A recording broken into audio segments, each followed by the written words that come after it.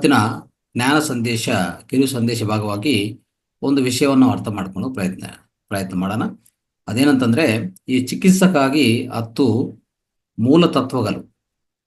ಯಾವುದೇ ಚಿಕಿತ್ಸಕ್ಕಾಗಿ, ಅದೇ ಚಿಕಿತ್ಸಾ ಅಂದ್ರೆ ಹೀಲಿಂಗ್ ಅಂದ್ರೆ ನಮ್ಮ ದೇಹದಲ್ಲಿ, ಅಂದ್ರೆ ಶಾರೀರಿಕ, ಮಾನಸಿಕ ಮತ್ತೆ ಆಧ್ಯಾತ್ಮಿಕ ಯಾವುದೇ ಸ್ಥಿತಿಯಲ್ಲಿ, ಯಾವುದೇ ಹಂತದಲ್ಲಿ ನಮಗೆ ಚಿಕಿತ್ಸೆ ಬೇಕು ಅಂತಂದ್ರೆ ನಾವು ಸರಿಪಡಿಸ್ಕೋಬೇಕು, ಆರೋಗ್ಯವಾಗಿರ್ಬೇಕು. ಆರೋಗ್ಯವಂತವಾಗಿ ಅಂದ್ರೆ ಈಗಾಗಲೇ ನಾನು ಹೇಳ್ತಾ ಬಂದೆ, ಆರೋಗ್ಯ ಅಂತಂದ್ರೆ ಶಾರೀರಿಕ, ಮಾನಸಿಕ, ಸಾಮಾಜಿಕ ಮತ್ತೆ ಆಧ್ಯಾತ್ಮಿಕ ಎಲ್ಲಾ ರೀತಿಯಲ್ಲಿ ಆರೋಗ್ಯವಂತವಾಗಿರ್ಬೇಕು. ಆ ರೀತಿಯಲ್ಲಿ ಇರಬೇಕು ಅಂತಂದ್ರೆ ಒಂದು ಮೂಲ ತತ್ವಗಳು ಒಂದು 10 ಮಾತ್ರ ಹೇಳ್ತೀನಿ, ಎಷ್ಟೋ ಇರ್ಬೋದು. ಒಂದು 10 ಮೂಲ ತತ್ವಗಳು ಹೇಳಕ್ ಪ್ರಯತ್ನ ಮಾಡ್ತೀನಿ. ಅವು ನೆನಪಿಟ್ಕೊಂಡು ಅದನ್ನು ಸಾಧನದಲ್ಲಿ ಇಟ್ಕೊಳ್ಳಿ, ಅಭ್ಯಾಸದಲ್ಲಿ ಇಟ್ಕೊಳ್ಳೋಕೆ ಪ್ರಯತ್ನ ಮಾಡಿ. ಮೊದಲನೇ ತತ್ವ ಏನಂದ್ರೆ, ಯಾವುದೇ ದೇಹದಲ್ಲಿ ಅನಾರೋಗ್ಯ ಇದೆ ಅಂತಂದ್ರೆ, ನಮ್ಮ ದೇಹದಲ್ಲಿ ಅನಾರೋಗ್ಯ ಇದೆ ಅಂತಂದ್ರೆ ಮೊದಲನೇ ತತ್ವ ಏನು ನಾವು ಅಳವಡಿಸ್ಕೋಬೇಕಂದ್ರೆ, ನಾನು ಆರೋಗ್ಯವಂತನ ಆಗ್ಬೇಕು ಅಂತ ಒಂದು ನಿರ್ಣಯ ತಗೋಬೇಕು. ನೀವು ಆ ದೇಹದಲ್ಲಿ ಅನಾರೋಗ್ಯ ಇದೆ ಗೊತ್ತಾಗಿದೆ, ನಾವು ಚೆಕ್ ಮಾಡ್ಕೊತೀವಿ, ಹಾಸ್ಪಿಟಲ್ಗೆ ಹೋಗ್ತೀವಿ, ವೈದ್ಯನ ಕನ್ಸಲ್ಟ್ ಮಾಡ್ತೀವಿ, ಯಾವುದೋ ರೀತಿಯಲ್ಲಿ ನನಗೆ ಗೊತ್ತಾಗತ್ತೆ. ಗೊತ್ತಾಗಿದ ಮೇಲೆ ಏನ್ ಮಾಡ್ಕೋಬೇಕು, ನಾನು ಆರೋಗ್ಯವಂತನ ಆಗ್ಬೇಕು ಅಂತ ಒಂದು ನಿರ್ಣಯ ತಗೊಂಡಿದ ಮೇಲೆ ಇನ್ನೊಂದು, ಅದಕ್ಕೆ ಏನು ಮೂಲ ಕಾರಣ, ರೂಟ್ ಕಾಸ್ ಏನು, ಅದು ತಿಳ್ಕೊಂಡೋಕೆ ಪ್ರಯತ್ನ ಮಾಡಿ. ಅಂದ್ರೆ ರೂಟ್ ಕಾಸ್ ಏನಿರ್ಬೋದು, ಈಗ ನಿಮ್ಮಲ್ಲಿ ಏನೋ ಹೆಡ್ಏಕ್ ಬಂದಿದೆ, ಇಲ್ಲ ನಿಮಗೆ ಒಳಗಡೆ ನಿಮ್ಮ ಹೊಟ್ಟೆ ಒಳಗಡೆ ಏನೋ ನೋವು ಆಗ್ತಾ ಇದೆ, ಇಲ್ಲ ಇನ್ನೊಂದು ರೀತಿಯಲ್ಲಿ ಏನೋ ಆಗ್ತಾ ಇದೆ, ನಿಮ್ಮ ದೇಹದಲ್ಲಿ ಯಾವ ತೊಂದರೆಗಳಾಗ್ತದೋ, ಏನು ಅನಾರೋಗ್ಯ ಬಂದಿದೆಯೋ, ಅದಕ್ಕೆ ಮೂಲ ಕಾರಣ ನೀವು ಅನ್ಕೊಂಡಿದ ಪ್ರಕಾರ ಶಾರೀರಿಕವಾಗಿ ಇರ್ಬೇಕಂತಿಲ್ಲ. ಮನಸ್ಸಲ್ಲಿರುವಂತ ಗೊಂದಲಗಳು, ಹೇಳ್ಬೇಕಂದ್ರೆ ಮನಸ್ಸಲ್ಲಿ ಇರುವಂತ ನಕಾರಾತ್ಮಕ ವಿಷಯಗಳನ್ನು ನಿಮ್ಮ ಅನಾರೋಗ್ಯಕ್ಕೆ ಕಾರಣವಾಗ್ತಾ ಇರ್ತದೆ ಅಲ್ವಾ. ಉದಾಹರಣೆಗೆ, ನಮಗೆ ತಲೆದಲ್ಲಿ ಏನೋ ಒಂದು ನೆಗೆಟಿವ್ ಆಲೋಚನೆ ಬಂದೆ, ನಕಾರಾತ್ಮಕ ಆಲೋಚನೆ ಬಂದಂತೆ ಇಟ್ಕೊಳ್ಳಿ. ಅವಾಗ ನಮಗೆ ನೇರವಾಗಿ ಏನಾಗುತ್ತೆ ಗೊತ್ತಾ, ಒಂಥರ ಡೈಜೆಷನ್ ಅಂದ್ರೆ ನಮ್ಮ ಹೊಟ್ಟೆದಲ್ಲಿ ವಿಕಾರ ಆಗತ್ತೆ, ಒಂಥರ ಒತ್ತಡ ಜಾಸ್ತಿ ಆಗತ್ತೆ. ಯಾಕಂದ್ರೆ ಅಲ್ಲಿ ಏನಾಗತ್ತೆ, ಆ ಹೊಟ್ಟೆದಲ್ಲಿ ಸಾಧಾರಣವಾಗಿ ಏನಾಗತ್ತೆ, ಯಾವಾಗ ನೀವು ಒಳ್ಳೆ ಫೀಲಿಂಗ್ ಬರುತ್ತೋ ಮೈಂಡಲ್ಲಿ, ನಿಮ್ಮ ಹೊಟ್ಟೆದಲ್ಲಿ ಚೆನ್ನಾಗಿರ್ತದೆ. ಅಲ್ಲೇನಾದ್ರೂ ಸ್ವಲ್ಪ ನೆಗೆಟಿವ್ ಆಲೋಚನೆ ಬಂದ್ರೆ ಮನಸ್ಸಲ್ಲಿ, ನೇರವಾಗಿ ಏನಾಗುತ್ತೆ ಗೊತ್ತಾ, ನೇರವಾಗಿ ನಿಮ್ಮ ನಿಮ್ಮ ನಿಮ್ಮ ಹೊಟ್ಟೆ ಒಳಗಡೆ ಬೇರೆ ತರ ಒಂಥರ ವಿಷಪೂರಿತ, ಇಲ್ಲಾಂದ್ರೆ ಒಂಥರ ಅನಾವಶ್ಯಕತ ಕೆಮಿಕಲ್ ಜನರೇಟ್ ಆಗತ್ತೆ. ಹೇಳ್ಬೇಕಂದ್ರೆ ಹೆಚ್ಚು ಒಂದು ಸೆರೆಟೋನಿನ್ ಉತ್ಪನ್ನ ಆಗೋದು ಬಿಟ್ಟು ಅಲ್ಲಿ ಹೋಗಿ ಕಾರ್ಟಿಸೋಲ್ ಉತ್ಪನ್ನ ಆಗೋದು. ಆ ರೀತಿಯಲ್ಲಿ ಆಗುವಾಗ ಒತ್ತಡ ಹೆಚ್ಚಾಗಿ ದೇಹದಲ್ಲಿ ಒಂಥರ ಟೆನ್ಷನ್ ಆಗತ್ತೆ, ಒಂಥರ ವಿಕಾರ ಆಗತ್ತೆ ಹೊಟ್ಟೆದಲ್ಲಿ. ಇದೆಲ್ಲ ಆಗ್ತಾ ಇರ್ತದೆ. ಅದಕ್ಕೆ ಮೂಲ ಕಾರಣ ಹುಡುಕಿ ಅಂತ ಹೇಳೋದು. ಅಂದ್ರೆ ನಮ್ಗೆ ಯಾವುದೇ ಅನಾರೋಗ್ಯ ಇದ್ರೂ ಮೂಲ ಕಾರಣ ಹುಡುಕಿ ಅದು ಪ್ರಕಾರ ನಿಮ್ಮ ಪರಿವರ್ತನದಲ್ಲಿ, ನಿಮ್ಮ ಮಾನಸಿಕದಲ್ಲಿ, ಇಲ್ಲಾಂದ್ರೆ ನಿಮ್ಮ ನಿಜ ಜೀವನದಲ್ಲಿ ಆ ಪರಿವರ್ತನ ತಂದುಕೊಡ್ಬೇಕು. ಅವಾಗ ಅದನ್ನು ಪರಿಹಾರ ಆಗತ್ತೆ. ಇಲ್ಲ ಅಂದ್ರೆ ಇದು ಹಾಗೆ ಇರುತ್ತೆ. ನೀವು ಎಷ್ಟೇ ಟ್ಯಾಬ್ಲೆಟ್ಸ್ ತಗೊಳ್ಳಿ, ಎಷ್ಟೇ ಮದ್ದು ತಗೊಳ್ಳಿ, ಏನು ಪರಿಹಾರ ಆಗಲ್ಲ. ಯಾಕಂದ್ರೆ ಮೂಲ ಕಾರಣ ನೀವು ಸರಿಪಡಿಸ್ಬೇಕು. ಫಸ್ಟ್ ಮೂಲಭೂತ ಕಾರಣ ಏನಿದೆ ಅದನ್ನು ಗುರುತಿಸಿ ಅದನ್ನು ಸರಿಪಡಿಸಿದ್ರೆ ನಿಮ್ಗೆ ಯಾವ ಟ್ಯಾಬ್ಲೆಟ್ ಬೇಕಾಗಿಲ್ಲ. ಅರ್ಥ ಆಯ್ತಾ? ಅದನ್ನು ದಯವಿಟ್ಟು ಇದೊಂದು ಮೊದಲನೇ ವಿಷಯವನ್ನು ನೀವು ಪಾಲನೆ ಮಾಡಕ್ಕೆ ಮೊದಲನೇ ಅಭ್ಯಾಸ ಇದು. ಓಕೆ. ಎರಡನೇ ಅಭ್ಯಾಸ ಏನಂತಂದ್ರೆ, ನಿಮ್ಮ ಎಮೋಷನ್ಸ್, ಭಾವೋದ್ರೇಕಗಳನ್ನು ನೀವು ಸಾಧ್ಯವಾದಷ್ಟು ವ್ಯಕ್ತಪಡಿಸಕ್ಕೆ ಪ್ರಯತ್ನ ಮಾಡಿ. ಅದನ್ನು ಅನಸಕ್ಕೆ ಪ್ರಯತ್ನ ಮಾಡಬಾರ್ದು. ಅಂದ್ರೆ ಒಂಥರ ತುಂಬಾ ಜನ ಏನ್ ಮಾಡ್ತಾರೆ ಗೊತ್ತಾ, ಯಾವುದೇ ಒಂದು ಭಾವೋದ್ರೇಕ ಬಂದ್ರೆ ಅವೆಲ್ಲಾನು ಗುರ್ತಿಸಿ ಅದನ್ನು ವ್ಯಕ್ತಪಡಿಸಿದ್ರೆ ಹೋಗುತ್ತೆ, ಅದು ನಿಮ್ಮಿಂದ ಆಚೆ ಹೋಗ್ಬಿಡ್ತದೆ. ನಿಮ್ಗೆ ಯಾವುದೇ ನಕಾರಾತ್ಮಕ ವಿಷಯಗಳು ಹೊರಗಡೆ ಸ್ಟೋರ್ ಆಗಲ್ಲ. ಅಂದ್ರೆ ಸಬ್ ಕಾನ್ಶಿಯಸ್ ಅಲ್ಲಿ, ಅಂದ್ರೆ ನಮ್ಮ ಉಪಚೇತನ ಮನಸ್ಸಲ್ಲಿ ಹಾಗೆ ಸ್ಟೋರ್ ಮಾಡಿ ಇಟ್ಕೊಂಡ್ರೆ ಏನಾಗುತ್ತೆ, ಅವು ಪದೇ ನಿಮ್ಮ ಮೈಂಡ್ ಅಲ್ಲಿ ಬಂದು ಕಾಡಿಸ್ತಾ ಇರ್ತದೆ. ಒಂಥರ ನಿಮ್ಮ ಇಡೀ ದೇಹವನ್ನೇ ಅನಾರೋಗ್ಯ ಗುರಿ ಮಾಡಿಸ್ತದೆ ಅಲ್ವಾ. ಆ ಬಂದಿರುವಂತ ಈ ಭಾವೋದ್ರೇಕವನ್ನು ವ್ಯಕ್ತಪಡಿಸಿದ್ರೆ ಅವು ಆಚೆ ಕಡೆ ಹೋಗ್ಬಿಡ್ತದೆ, ಒನ್ಸ್ ಫಾರ್ ಆಲ್ ಕ್ಲಿಯರ್ ಆಗ್ಬಿಡ್ತದೆ ಅಲ್ವಾ. ಆ ರೀತಿಯಲ್ಲಿ ಮಾಡಬೇಕು. ಸೊ ಅದು ಬಿಟ್ಬಿಟ್ಟು ತುಂಬಾ ಜನ ಏನ್ ಮಾಡ್ತಾರೆ ಗೊತ್ತಾ, ಅದನ್ನ ಡೈವರ್ಟ್ ಮಾಡಕ್ಕೆ ಏನ್ ಮಾಡ್ತಾರೆ ಅಂದ್ರೆ, ಸಪ್ರೆಸ್ ಮಾಡಕ್ಕೆ ಅವ್ರು ಏನ್ ಮಾಡ್ತಾರೆ ಅಂದ್ರೆ, ಈ ಟಿವಿ ನೋಡೋದು, ಇಲ್ಲ ಅಂದ್ರೆ ಒಂಥರ ಹೆಚ್ಚು ಆಹಾರ ತಿನ್ನೋದು, ಇನ್ನೊಂದು ಏನ್ ಮಾಡ್ತಾರೆ, ಸೆಲ್ ಫೋನ್ ಅಲ್ಲಿ ಹೆಚ್ಚು ಮಾತಾಡ್ಬಿಡ್ತಾರೆ. ಅಂದ್ರೆ ಅದನ್ನ ಡೈವರ್ಟ್ ಮಾಡಕ್ಕೆ ಒಳಗಡೆ ದಾಸ್ಕೊಂಡಿರ್ತಾರೆ, ಒಳಗಡೆ ಸ್ಟೋರ್ ಮಾಡ್ಕೊಂಡಿರ್ತಾರೆ. ಆದ್ರೆ ಆಚೆ ಕಡೆ ಒಂಥರ ನಾಟಕ ತರ, ಅಂದ್ರೆ ಒಂಥರ ಏನಾಗುತ್ತೆ, ಅದನ್ನ ಡೈವರ್ಟ್ ಮಾಡಕ್ಕೆ ಬೇರೆ ಪ್ರಯತ್ನಗಳು ಮಾಡ್ತಾ ಇರ್ತಾರೆ. ಅದು ತಪ್ಪಾಗತ್ತೆ. ಒಂದು ಬುಕ್ ರೀಡ್ ಮಾಡಕ್ ಹೋಗ್ತಾರೆ, ಇಲ್ಲಾಂದ್ರೆ ಮ್ಯೂಸಿಕ್ ಲಿಸನಿಂಗ್ ಮಾಡಕ್ ಹೋಗ್ತಾರೆ, ಸ್ಮೋಕಿಂಗ್ ಮಾಡ್ತಾರೆ, ಇಲ್ಲಾಂದ್ರೆ ಕುಡಿತಾರೆ, ಜಾಸ್ತಿ ಡ್ರಗ್ಸ್ ತಗೊಂತಾರೆ. ಸೊ ಆ ಫೀಲಿಂಗ್ಸ್ ಅನ್ನು ಹಾಗೆ ಒಳಗಡೆ ಹಂಚ್ಕೊಂಡಿರ್ತಾರೆ. ಅದು ತುಂಬಾ ತಪ್ಪಾಗತ್ತೆ. ಹೋಗ್ತಾ ಅದು ಮಾನಸಿಕ ಅನಾರೋಗ್ಯಕ್ಕೆ, ಅದಾದ್ಮೇಲೆ ದೇಹ ಅನಾರೋಗ್ಯಕ್ಕೆ ಕಾರಣವಾಗಿ ಮತ್ತೆ ನೀವು ಅದನ್ನು ಚೇತರಿಸ್ಕೊಳಕ್ಕೆ ಸಾಧ್ಯವಾಗಲ್ಲ, ಆ ರೀತಿಯಲ್ಲಿ ಹೋಗ್ತದೆ. ಅದಕ್ಕೆ ಯಾವುದೇ ಫೀಲಿಂಗ್ಸ್ ಇದ್ರೆ, ಯಾವ ಭಾವೋದ್ರೇಕಗಳಿದ್ರೆ ಅದು ವ್ಯಕ್ತಪಡಿಸಿ ಹಾಗೆ ಕ್ಲಿಯರ್ ಮಾಡ್ಕೊಂಡು ಹೋಗ್ತಾ ಇರ್ಬೇಕು. ಡೈವರ್ಟ್ ಮಾಡ್ಕೊಂಡಿದ್ರೆ ಅದರಿಂದ ಪ್ರಯೋಜನ ಇಲ್ಲ ಅಂತನೋ ಒಂದು ವಿಷಯವನ್ನು, ಈ ಅಭ್ಯಾಸವನ್ನು ನೀವು ದಯವಿಟ್ಟು ಪಾಲನೆ ಮಾಡಿ. ಮೂರನೇದೇನೆಂದ್ರೆ, ನಾವು ಯಾವುದೇ ಒಂದು ಶ್ವಾಸ ತಗೊಂಡಿದ್ರೆ ಒಂಥರ ಚೇತನಾಪೂರ್ವಕವಾಗಿ, ಅಂದ್ರೆ ಒಂಥರ ಕಾನ್ಶಿಯಸ್ ಬ್ರೀತಿಂಗ್ ಇರಬೇಕು. ಕಾನ್ಶಿಯಸ್ ಬ್ರೀತಿಂಗ್ ಅಂದ್ರೆ ಏನಂದ್ರೆ, ತುಂಬಾ ಜನ ಈ ಹ್ಯಾಲೋ ಬ್ರೀತಿಂಗ್ ಅಂತಾರೆ. ಹ್ಯಾಲೋ ಬ್ರೀತಿಂಗ್ ಅಂದ್ರೆ ಉಪರಿತಲ ಮೇಲೆ ಆ ಬ್ರೀತಿಂಗ್ನು ಸರಿಯಾದ ರೀತಿಯಲ್ಲಿ ಒಳಗಡೆ ತಗೊಂಡು ಸರಿಯಾದ ರೀತಿಯಲ್ಲಿ ಆಚೆ ಕಡೆ ಬರಲ್ಲ ಅವರಿಗೆ. ಅದೇ ಅರ್ಥ ಏನಂದ್ರೆ, ನಮ್ಮ ದೇಹದಲ್ಲಿ, ನಾನು ಈಗಾಗಲೇ ಎಷ್ಟೋ ಸರಿ ಹೇಳಿದೆ, ನಮ್ಮ ದೇಹದಲ್ಲಿರುವಂತಹ ಪ್ರತಿ ಜೀವಕಣಕ್ಕೆ, ಜೀವಕೋಶಕ್ಕೆ ಬೇಕಾಗಿರೋದು ಪ್ರಾಣಶಕ್ತಿ. ಆ ಪ್ರಾಣಶಕ್ತಿ ಸರಿಯಾದ ರೀತಿಯಲ್ಲಿ ಹರಿತಾ ಇದ್ರೆ, ಅಂದ್ರೆ ನಮ್ಮ ಪ್ರಾಣಮಯ ಕೋಶ ತುಂಬಾ ಅದ್ಭುತ ಆರೋಗ್ಯವಾಗಿದ್ರೆ ನಾವು ಆರೋಗ್ಯವಂತವಾಗಿರಕ್ಕೆ ಸಾಧ್ಯವಾಗತ್ತೆ. ಇದನ್ನ ಅರ್ಥ ಮಾಡ್ಕೋಬೇಕು ನಾವು. ಅದಕ್ಕೆ ಬೇಕಾಗಿರೋದೇನು, ನಾವು ಪ್ರಾಣಾಯಾಮಗಳು ಮಾಡ್ತೀವಿ, ಪ್ರತಿದಿನ ಪ್ರಾಣಾಯಾಮ ಬೆಳಗ್ಗೆ ಮಾಡ್ತಾ ಇರ್ತೀವಿ. ಆ ರೀತಿಯಲ್ಲಿ ಮಾಡುವಾಗ ನಮ್ಮ ಒಳಗಡೆ ಈ ಆಳವಾದ ಸ್ಥಿತಿಯಲ್ಲಿ, ಅಂದ್ರೆ ಒಳಗಡೆ ಹೋಗುವಂತ ಶ್ವಾಸ ನಮ್ಮಲ್ಲಿ ಪ್ರವೇಶ ಮಾಡಿದ ಮೇಲೆ ಒಳಗಡೆ ಹೋಗಿ ಪೂರ್ತಿ ನಮ್ಮ ದೇಹದಲ್ಲಿರುವಂಥ ಎಲ್ಲಾ ಜೀವಕೋಶವನ್ನು ಸುತ್ತಕೊಂಡು ಮತ್ತೆ ಆಚೆ ಕಡೆ ಬರುವಾಗ ಎಲ್ಲಾ ವಿಷಕಾರಿ ವಾಯುಗಳನ್ನು ಆಚೆ ಕಡೆ ತಂದುಕೊಂಡು ಆಚೆ ಕಡೆ ಬಿಡ್ತದೆ ಅದು, ಅಲ್ವಾ? ಆ ರೀತಿಯಲ್ಲಿ ಆಗ್ತಾ ಇದ್ರೆ ನೀವು ಆರೋಗ್ಯವಂತವಾಗಿರಕ್ಕೆ ಸಾಧ್ಯವಿದೆ. ಇಲ್ಲಾಂದ್ರೆ ಏನಾಗುತ್ತೆ, ತೊಂದರೆಗಳಾಗ್ತದೆ. ಯಾಕಂದ್ರೆ ನೋಡಿ, ಜೀವಕೋಶದಲ್ಲಿರುವಂತ ಉತ್ಪನ್ನ ಆಗುವಂತ ವಿಷವಾಯುಗಳು ಎಲ್ಲ ಆಚೆ ಕಡೆ ಬರ್ತಾ ಇರ್ಬೇಕು. ಉದಾಹರಣೆಗೆ ಇಂಗಾಲ, ಪ್ರತಿ ಜೀವಕನ ಕೆಲಸ ಮಾಡ್ತಾ ಇರ್ತದೆ. ಪ್ರತಿ ಜೀವಕನ ಒಂದು ಯಂತ್ರ, ಅದು ಕೆಲಸ ಮಾಡುವಾಗ ಸುಮ್ಮನೆ ಇರ್ತದ? ಅದು ಟಾಕ್ಸಿನ್ಸ್ ಪ್ರೊಡ್ಯೂಸ್ ಮಾಡುತ್ತೆ, ವಿಷ ಪದಾರ್ಥಗಳನ್ನು ಪ್ರೊಡ್ಯೂಸ್ ಮಾಡ್ತಾ ಇರ್ತದೆ, ವ್ಯರ್ಥ ಪ್ರೊಡ್ಯೂಸ್ ಮಾಡ್ತಾ ಇರ್ತದೆ. ಆ ವ್ಯರ್ಥ ತಂದು ಈ ಶ್ವಾಸದಿಂದ ಆಚೆ ಕಡೆ ಬಿರೋದು ತುಂಬಾ ಇಂಪಾರ್ಟೆಂಟ್ ಆಗತ್ತೆ, ಅಲ್ವಾ? ಅದಕ್ಕೋಸ್ಕರ ನಮ್ಗೆ ಕೊಟ್ಟಿರೋದು ಉಚ್ಛ್ವಾಸ ನಿಶ್ವಾಸ, ಸುಮ್ಮನೆ ಕೊಟ್ಟಿಲ್ಲ. ಉಚ್ಛ್ವಾಸ ನಿಶ್ವಾಸ ಯಾಕೆ ಕೊಟ್ಟಿದ್ದಾರೆ? ಒಳಗಡೆ ಹೋಗುವಂತ ಶ್ವಾಸ ಸ್ವಚ್ಛವಾಗಿರಬೇಕು. ಸೊ ಹೇಳ್ಬೇಕಂದ್ರೆ, ಇತ್ತೀಚಿನ ಕಾಲದಲ್ಲಿ ನಮ್ಗೆ ಸಿಗುವಂತ ಆ ಶ್ವಾಸ ಅಂದ್ರೆ ಆ ಗಾಳಿನೂ ಸರಿ ಇಲ್ಲ.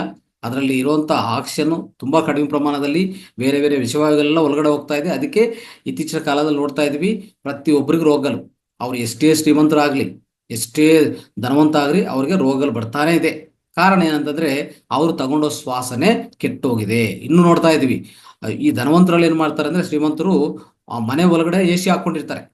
ನೋಡಿ, ಅಲ್ಲಿ ಎಷ್ಟು ವಿಷವಾಯುಗಳು ಇರ್ತದೆ ಅವ್ರಿಗೆ ಗೊತ್ತಾಗ್ತಾ ಇದೆಯಾ?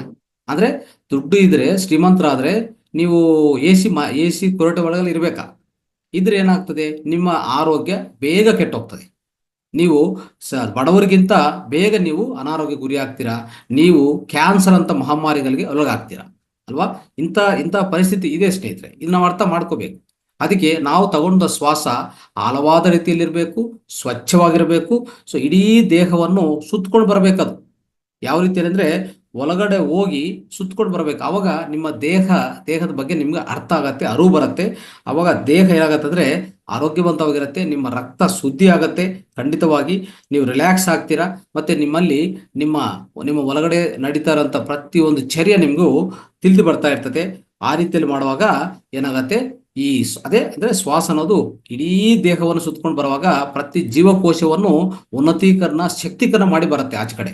ಆ ರೀತಿಯಲ್ಲಿ ಇರ್ಬೇಕು. ಇನ್ನು ಬೇರೆ ರೀತಿ ಅಂದ್ರೆ ಶಾಲೋ ಬ್ರೀತಿಂಗ್ ಆಗಲಿ, ಸೊ ಒಂಥರ ಅಸ್ವಚ್ಛವಾಗಿರುವಂತ ಗಾಳಿ ತಗೊಳ್ಳಿ, ಇವೆಲ್ಲಾನು ನಿಮ್ಮ ಅನಾರೋಗ್ಯಕ್ಕೂ ಹೆಚ್ಚಾಗಿ ನಿಮಗೆ ಗುರಿ ಮಾಡಿಸ್ತಾ ಇರ್ತದೆ. ದಯವಿಟ್ಟು ಇದರಲ್ಲಿ ಗಮನ ಕೊಡಿ ಅಂತ ಹೇಳೋದು. ಅಂದ್ರೆ ಒಳ್ಳೆ ಪ್ರಾಣಾಯಾಮ ಮಾಡುತ್ತಾ ಒಳ್ಳೆ ಸ್ವಚ್ಛವಾದ ಗಾಳಿ ಇಟ್ಕೊಡಕ್ಕೆ ಪ್ರಯತ್ನ ಮಾಡಿ. ಅಗ್ನಿಹೋತ್ರ ಮಾಡಿ, ಮನೆಯಲ್ಲಿ ಪ್ರತಿ ದಿವಸ ಅಗ್ನಿಹೋತ್ರ ಮಾಡಿ. ಇದರಿಂದ ನಿಮ್ಮ ಸುತ್ತಿರುವಂತ ಆ ಗಾಳಿ ಸ್ವಚ್ಛಗೊಳಿಸ್ಕೊತಾ ಇರ್ತದೆ. ಯಾವುದೇ ವಿಷಕಾರ ವಾಯುಗಳು, ವಿಷಕಾರ ಕ್ರಿಮಿಗಳು ಯಾವುದೇ ಇದ್ರೂ ಸತ್ತು ಹೋಗ್ತಾ ಇರ್ತದೆ. ಅದಕ್ಕೋಸ್ಕರ ಅಗ್ನಿಹೋತ್ರ ಅಷ್ಟು ಬಹಳ ಪ್ರಾಧಾನ್ಯತೆ ಇರುವಂಥದ್ದು. ಪ್ರತಿ ದಿವಸ ಪ್ರತಿ ಮನೆಯಲ್ಲಿ ಮಾಡಿದ್ರೆ ನಿಮ್ಮ ಶ್ವಾಸ, ಆಳವಾದ ಶ್ವಾಸ, ಸ್ವಚ್ಛವಾದ ಶ್ವಾಸ, breathe consciously, breathe slowly, breathe your inhalation or your ಶ್ವಾಸ, ಯುವರ್ ಬ್ರೀತಿಂಗ್ ಅನ್ನೋದು ಸ್ವಚ್ಛವಾಗಿರಬೇಕು ಅಂತ ನಾನು ಹೇಳಕ್ಕೆ ಪ್ರಯತ್ನ ಮಾಡ್ತಾ ಇದ್ದೀನಿ. ನೆಕ್ಸ್ಟ್ ಇನ್ನೊಂದು ಅಭ್ಯಾಸ ಏನಂತಂದ್ರೆ, ಯಾವುದೇ ಅಂದ್ರೆ ನೀವು ತಿನ್ನುವಂತ ಆಹಾರ ಹೇಗಿರ್ಬೇಕಂದ್ರೆ ಹೆಲ್ತಿ ಆಗಿರ್ಬೇಕು, ಮತ್ತೆ ಕಾನ್ಶಿಯಸ್ ಆಗಿ ತಿನ್ಬೇಕು. ಅಂದ್ರೆ ಚೇತನಾಪೂರ್ವಕವಾಗಿ ತಿನ್ಬೇಕು, ಪ್ರಜ್ಞಾಪೂರ್ವಕವಾಗಿ ತಿನ್ಬೇಕು. ಯಾವ ರೀತಿಯಲ್ಲಿ ತಿನ್ನುವಂತ ಆಹಾರದಲ್ಲಿ ಖಂಡಿತವಾಗಿ ಏನಾಗುತ್ತೆ ಗೊತ್ತಾ, ಇತ್ತೀಚಿನ ಕಾಲದಲ್ಲಿ ಒಂದು ಈ ಬ್ಯುಸಿ ಲೈಫ್ಸಲ್ಲಿ, ಈ ಸ್ಟ್ರೆಸ್ ಲೈಫಲ್ಲಿ ತಿನ್ನುವಂತ ಆಹಾರ ಫುಲ್ ಫಾಸ್ಟ್ ಫುಡ್ ತರ ಇದೆ. ಫಾಸ್ಟ್ ಫುಡ್ ಅಲ್ಲಿ ಹೆಚ್ಚು ಕೊಬ್ಬು, ಹೆಚ್ಚು ಶುಗರು, ಹೆಚ್ಚು ಈ ಕೆಫಿನ್ ಅಂತದ್ದು, ಅನಾವಶ್ಯಕತ ಕೆಮಿಕಲ್ಸ್, ಈ ಕಲರ್ಸು, ಬಣ್ಣಗಳು ಎಲ್ಲ ಆ್ಯಡ್ ಮಾಡಿರ್ತಾರೆ. ಆದರೆ ಈ ಬ್ಯುಸಿ ಲೈಫ್, ಸ್ಟ್ರೆಸ್ ಲೈಫ್ ಅಂತ ಹೇಳ್ಬಿಟ್ಟು ಇಂಥ ಅನ್ಹೆಲ್ತ್ ಫುಡ್ಗೆ ನಾವು ಒಳಗಾಗಿ ಅಭ್ಯಾಸ ಆಗ್ಬಿಟ್ಟಿದ್ದೀವಿ ಆಲ್ರೆಡಿ ಈಗಾಗಲೇ. ಸೊ ಅವಾಗ ನಿಮಗೆ ಹೆಲ್ತ್ ಅನ್ನೋದು ಹೆಂಗೆ ಬರುತ್ತೆ? ಸಾಧ್ಯವಿಲ್ವಲ್ಲ, ಹೆಲ್ತ್ ಬರೋಕ್ಕೆ ಸಾಧ್ಯವಿಲ್ಲ. ನೀವು ಮನೆಯಲ್ಲೇ ಸಾತ್ವಿಕ ಆಹಾರ ತಯಾರು ಮಾಡಿಕೊಂಡು ಒಂಥರ ಒಳ್ಳೆ ಪದಾರ್ಥಗಳು ಅದರಲ್ಲಿ ಸೇರಿಸ್ಕೊಂಡು ಹೇಳ್ಬೇಕಂದ್ರೆ ಇನ್ನು ವಿಷರಹಿತ ಪದಾರ್ಥಗಳನ್ನು ಸೇರಿಸ್ಕೊಂಡು ಊಟ ರೆಡಿ ಮಾಡಿಕೊಂಡು ಆ ರೀತಿಯಲ್ಲಿ ನೀವು ಆಹಾರವನ್ನು ಸೇವನೆ ಮಾಡ್ತಾ ಹೋದ್ರೆ ನಿಮ್ಮಲ್ಲಿ ಯಾವುದೇ ವಿಷ ಪದಾರ್ಥಗಳು ಹೆಚ್ಚಾಗಲ್ಲ, ಅಂದರೆ ಟಾಕ್ಸಿನ್ಸ್ ಹೆಚ್ಚಾಗಲ್ಲ. ನೋಡಿ, ಪ್ರತಿಯೊಂದು ನಮ್ಮ ಒಳಗಡೆ ತಗೊಂಡಿದ ಮೇಲೆ ಲಿವರು ಅದನ್ನು ಏನು ಮಾಡುತ್ತೆ, ಐಡೆಂಟಿಫೈ ಮಾಡುತ್ತೆ, ಗುರ್ತಿಸ್ತದೆ ಯಾವ್ದು ಒಳಗಡೆ ಬಂದಿರೋ ಆಹಾರದಲ್ಲಿ ಎಷ್ಟು ವಿಷ ಇದೆ ಅಂತ ಅವ್ರಿಗೆ ಗೊತ್ತಾಗತ್ತೆ. ಆದರೆ ಹೆಚ್ಚೆಚ್ಚು ವಿಷ ಬರ್ತಾ ಇದ್ರೆ ಏನಾಗತ್ತೆ, ಅದನ್ನೆಲ್ಲ ತೊಲಗಿಸೋ ಸಾಧ್ಯವಾಗಲ್ಲ. ಸ್ವಲ್ಪ ಏನಾಗುತ್ತೆ, ಆ ವಿಷ ಪದಾರ್ಥಗಳೆಲ್ಲ ಹಾಗೆ ರಕ್ತ ಒಳಗಡೆ ಹೋಗ್ಬಿಡ್ತದೆ. ಅಂದರೆ ಲಿವರ್ ಎಷ್ಟು ಸಾಧ್ಯವಾದರೆ ಅಷ್ಟು ಡಿಟಾಕ್ಸಿಫೈ ಮಾಡುತ್ತೆ. ಅದಕ್ಕೆ ನಮ್ಗೆ ದೇವರು ಕೊಟ್ಟಿರುವಂಥ ಒಂದು ಪ್ರಧಾನ ಅಂಗ ಅದು. ಮೊದಲನೇ ಡಿಟಾಕ್ಸಿಫಿಕೇಶನ್ ಆಗೋದು ನಿಮ್ಮ ಲಿವರಲ್ಲೇ. ಒಳಗಡೆ ನಾವು ಬಾಯಿಯಲ್ಲಿ ತಗೊಂತೀವಿ, ಬಾಯಿಯಿಂದ ಒಳಗಡೆ ಜೀರ್ಣಕೋಶಕ್ಕೆ ಹೋಗುತ್ತೆ, ಅಲ್ಲೆಲ್ಲ ಜೀರ್ಣ ಆಗುವಾಗ ಅಲ್ಲಿ ಗುರ್ತಿಸೋದೇ ಪ್ರಧಾನ ಕರ್ತವ್ಯ ಲಿವರ್ಗಿದೆ. ಅದು ಮಾಡುತ್ತೆ, ಎಷ್ಟು ಸಾಧ್ಯವಾದ ಅಷ್ಟು ಮಾಡುತ್ತೆ. ಆದರೆ ನೀವು ಜಾಸ್ತಿ ಎಕ್ಸ್ಪೆಕ್ಟ್ ಮಾಡೋಂಗಿಲ್ಲ. ಆದರೆ ನೀವು ಪ್ರತಿಯೊಂದು ನೀವು ಆಲ್ಕಹಾಲ್ ಕುಡಿಯೋದು, ಸ್ಮೋಕಿಂಗ್ ಮಾಡೋದು, ಮತ್ತು ತಿನ್ನೋ ಆಹಾರದಲ್ಲಿ ಪ್ರತಿಯೊಂದು ಪದಾರ್ಥದಲ್ಲಿ ವಿಷ ಪದಾರ್ಥಗಳು ಈಗಾಗಲೇ ನೋಡ್ತಾ ಇದ್ವಿ, ಎಲ್ಲ ಕೆಮಿಕಲ್ಸ್ ಆಗಿ ಬಳಸ್ತಾ ಇದ್ದಾರೆ, ಎಲ್ಲ ರಾಸಾಯನಿಕ ವ್ಯವಸಾಯ ಆಗ್ತಾ ಇದೆ. ಅದಕ್ಕೋಸ್ಕರ ದಯವಿಟ್ಟು ಇದು ಗುರುತಿಸಿಕೊಂಡು ಒಳ್ಳೆಯ ಆಹಾರ ಪದಾರ್ಥಗಳನ್ನು ಸೇವನೆ ಮಾಡಿದರೆ ನಿಮ್ಮಲ್ಲಿ ಸ್ವಚ್ಛತ ಆರೋಗ್ಯ ಸಿಗತ್ತೆ, ಅಂದರೆ ಅದ್ಭುತವಾದ ಆರೋಗ್ಯ ಸಿಗುತ್ತೆ. ಇನ್ನೊಂದು, ತಿನ್ನೋದು ಒಂದು ಪ್ರಜ್ಞಾಪೂರ್ವಕವಾಗಿ ತಿನ್ನಿ. ಯಾವುದೇ ನೀವು ಆಹಾರ ತಿಂತಾ ಇರುವಾಗ ಪ್ರಜ್ಞಾಪೂರ್ವಕ ಅಂತಂದರೆ ಬಾಯಲ್ಲಿ ತಗೊಂಡಿದ ಮೇಲೆ ಬಾಯಲ್ಲೇ 50% ಪಚನ ಆಗ್ಬೇಕು. ಅಂದರೆ ಅಟ್ಲೀಸ್ಟ್ ಕನಿಷ್ಠ ಪಕ್ಷ 20-32 ಸರಿ ನೀವು ಚೆನ್ನಾಗಿ ಜಗದು ತಿನ್ಬೇಕಾಗತ್ತೆ, ಆ ಪಚನ ಮಾಡಬೇಕಾಗತ್ತೆ. ಅದನ್ನು ಮಾಡ್ತಾ ಇಲ್ಲ, ಅದು ನೇರವಾಗಿ ನಾವು ಏನು ಮಾಡ್ತೀವಿ, ಅದೇ ಹಾಗೆ ಮಿಂಗೋದು. ಅದು ಒಳಗಡೆ ಹೋದ್ಮೇಲೆ ಜೀರ್ಣಕೋಶಕ್ಕೆ ಭಾರ ಹೆಚ್ಚಾಗತ್ತೆ, ಅಲ್ಲಿ ಜಾಸ್ತಿ ಬ್ರೇಕ್ ಡೌನ್ ಮಾಡಬೇಕಾಗತ್ತೆ. ಅಲ್ಲಿರುವಂಥ ಆಸಿಡ್ ಅಲ್ಲಿರುವಂಥ ಆಸಿಡ್ ಒಳಗಡೆ ಇರುವಂಥ ಜಠರಾಗ್ನಿ ಇದೆಲ್ಲ, ಹೈಡ್ರೋಕ್ಲೋರಿಕ್ ಆಸಿಡ್, ಅದು ಸರಿಯಾದ ರೀತಿಯಲ್ಲಿ ಸರಿಯಾದ ಪ್ರಮಾಣದಲ್ಲಿ ಇಲ್ಲ ಅಂದರೆ, ಇದನ್ನು ಪಚನ ಮಾಡುವಂಥ ಪರಿಸ್ಥಿತಿ ಇಲ್ಲ ಅಂದರೆ ಏನಾಗುತ್ತೆ, ಸ್ವಲ್ಪ ಆಹಾರ ಹಂಗೆ ಮಿಕ್ಕೋಗುತ್ತೆ, ಅದು ಹೋಗುತ್ತೆ. ಅಲ್ಲಿ ಏನಾಗುತ್ತೆ ಗೊತ್ತಾ, ಅಲ್ಲಿ ಡಿಕೆ ಆಗೋದು ಸ್ಟಾರ್ಟ್ ಆಗತ್ತೆ. ಅಂದರೆ ನಿಮ್ಗಿರುವಂಥ ಆ್ಯಸಿಡ್ ಸಾಕಾಗಿಲ್ಲ, ನೀವು ಹಾಗೆ ಮಿಂಗ್ತಾ ಇದ್ರ ಅಂದರೆ ಅಲ್ಲಿ ಹೋದ್ಮೇಲೆ ಅದೆಲ್ಲ ಪಚನ ಆಗೋಕ್ಕೆ ಇರೋವಂಥ ಆ್ಯಸಿಡ್ ಸಾಕಾಗಲ್ಲ. ಅಂದರೆ ಅವಾಗ ಹೆಚ್ಚು ಆಹಾರ ಅಲ್ಲೇ ಹೋಗುತ್ತೆ, ಡಿಕೆ ಆಗುತ್ತೆ, ಡಿಕಂಪೋಸ್ ಆಗುತ್ತೆ. ಅದೇ ನಿಮಗೆ ಪ್ರಧಾನ ಕಾರಣ ಆ್ಯಸಿಡಿಟಿಗೆ, ಗ್ಯಾಸಸ್ ಪ್ರೊಡ್ಯೂಸ್ ಮಾಡೋಕ್ಕೆ, ಹಲವಾರು ಕಾರಣಗಳಿಗೆ ಅದೇ ಹಲವಾರು ರೋಗಗಳಿಗೆ ಅದೇ ಮೂಲಭೂತ ಕಾರಣ ಆಗುತ್ತೆ. ಮಿತ್ರರೇ, ಇದನ್ನ ಅರ್ಥ ಮಾಡಿಕೊಂಡು ಸರಿಯಾದ ರೀತಿಯಲ್ಲಿ ಜಗದು ತಿನ್ನಬೇಕಾಗತ್ತೆ. ಅದು ಪ್ರಧಾನವಾಗಿರೋದು. ಅದು ಆ ರೀತಿಯಲ್ಲಿ ಮಾಡ್ಕೊತ ಹೋದರೆ ನಿಮಗೆ ಎಷ್ಟು ಶಕ್ತಿ ಕೊಡುತ್ತೆ. ಆ ರೀತಿಯಲ್ಲಿ ಮಾಡುವಾಗ ಶಕ್ತಿ ಖರ್ಚಾಗಲ್ಲ. ನಿಮ್ಮ ಸ್ವಂತ ಶಕ್ತಿ ಅನಾವಶ್ಯಕವಾದಾಗ ನೀವು ಯೂಸ್ ಮಾಡೋಂಗಿಲ್ಲ. ಆ ಶಕ್ತಿ ನಿಮ್ಗೆ ಮಿಕ್ಕೋಗತ್ತೆ. ನೀವು ದೇಹವನ್ನು ಶಕ್ತೀಕರಣ ಮಾಡ್ಬೋದು ಈ ರೀತಿಯಲ್ಲಿ ಮಾಡ್ತಾ ಹೋದ್ರೆ. ಅದನ್ನು ಅರ್ಥ ಮಾಡ್ಕೊಳ್ಳಿ. ಆಮೇಲೆ 5ನೇ ಅಭ್ಯಾಸ ಏನಿರುತ್ತೆ ಅಂದರೆ, ತತ್ವ ಏನಿರುತ್ತೆ ಅಂದರೆ, ನಿಮ್ಮ ದೇಹಕ್ಕೆ ಪರಿಶ್ರಮ ಕೊಡಿ ಅಂತ. ಈಗಾಗಲೇ ನಾನು ಹೇಳ್ತಾ ಇದ್ದೆ, ಮೂವ್ಮೆಂಟ್ ಅಂತ ಇದ್ದೆ, ಎಷ್ಟೋ ಸರಿ ನಾವು ಹೇಳ್ತಾ ಇದ್ವಿ. ನೀವು ಪ್ರತಿದಿನ ನಾವು ಯೋಗಾಸನಗಳು, ಪ್ರಾಣಾಯಾಮಗಳು ಮಾಡ್ತಾ ಇರ್ತೀವಿ. ನಿಮಗೆ ಯಾವುದು ಸಂತೋಷ ಕೊಡುತ್ತೋ, ನಿಮ್ಮ ದೇಹಕ್ಕೆ ರಿಲ್ಯಾಕ್ಸೇಷನ್ ಕೊಡುತ್ತೋ ಅದನ್ನು ಅಳವಡಿಸ್ಕೊಳ್ಳಿ, ಪ್ರತಿದಿನ ಅಳವಡಿಸ್ಕೊಳ್ಳಿ.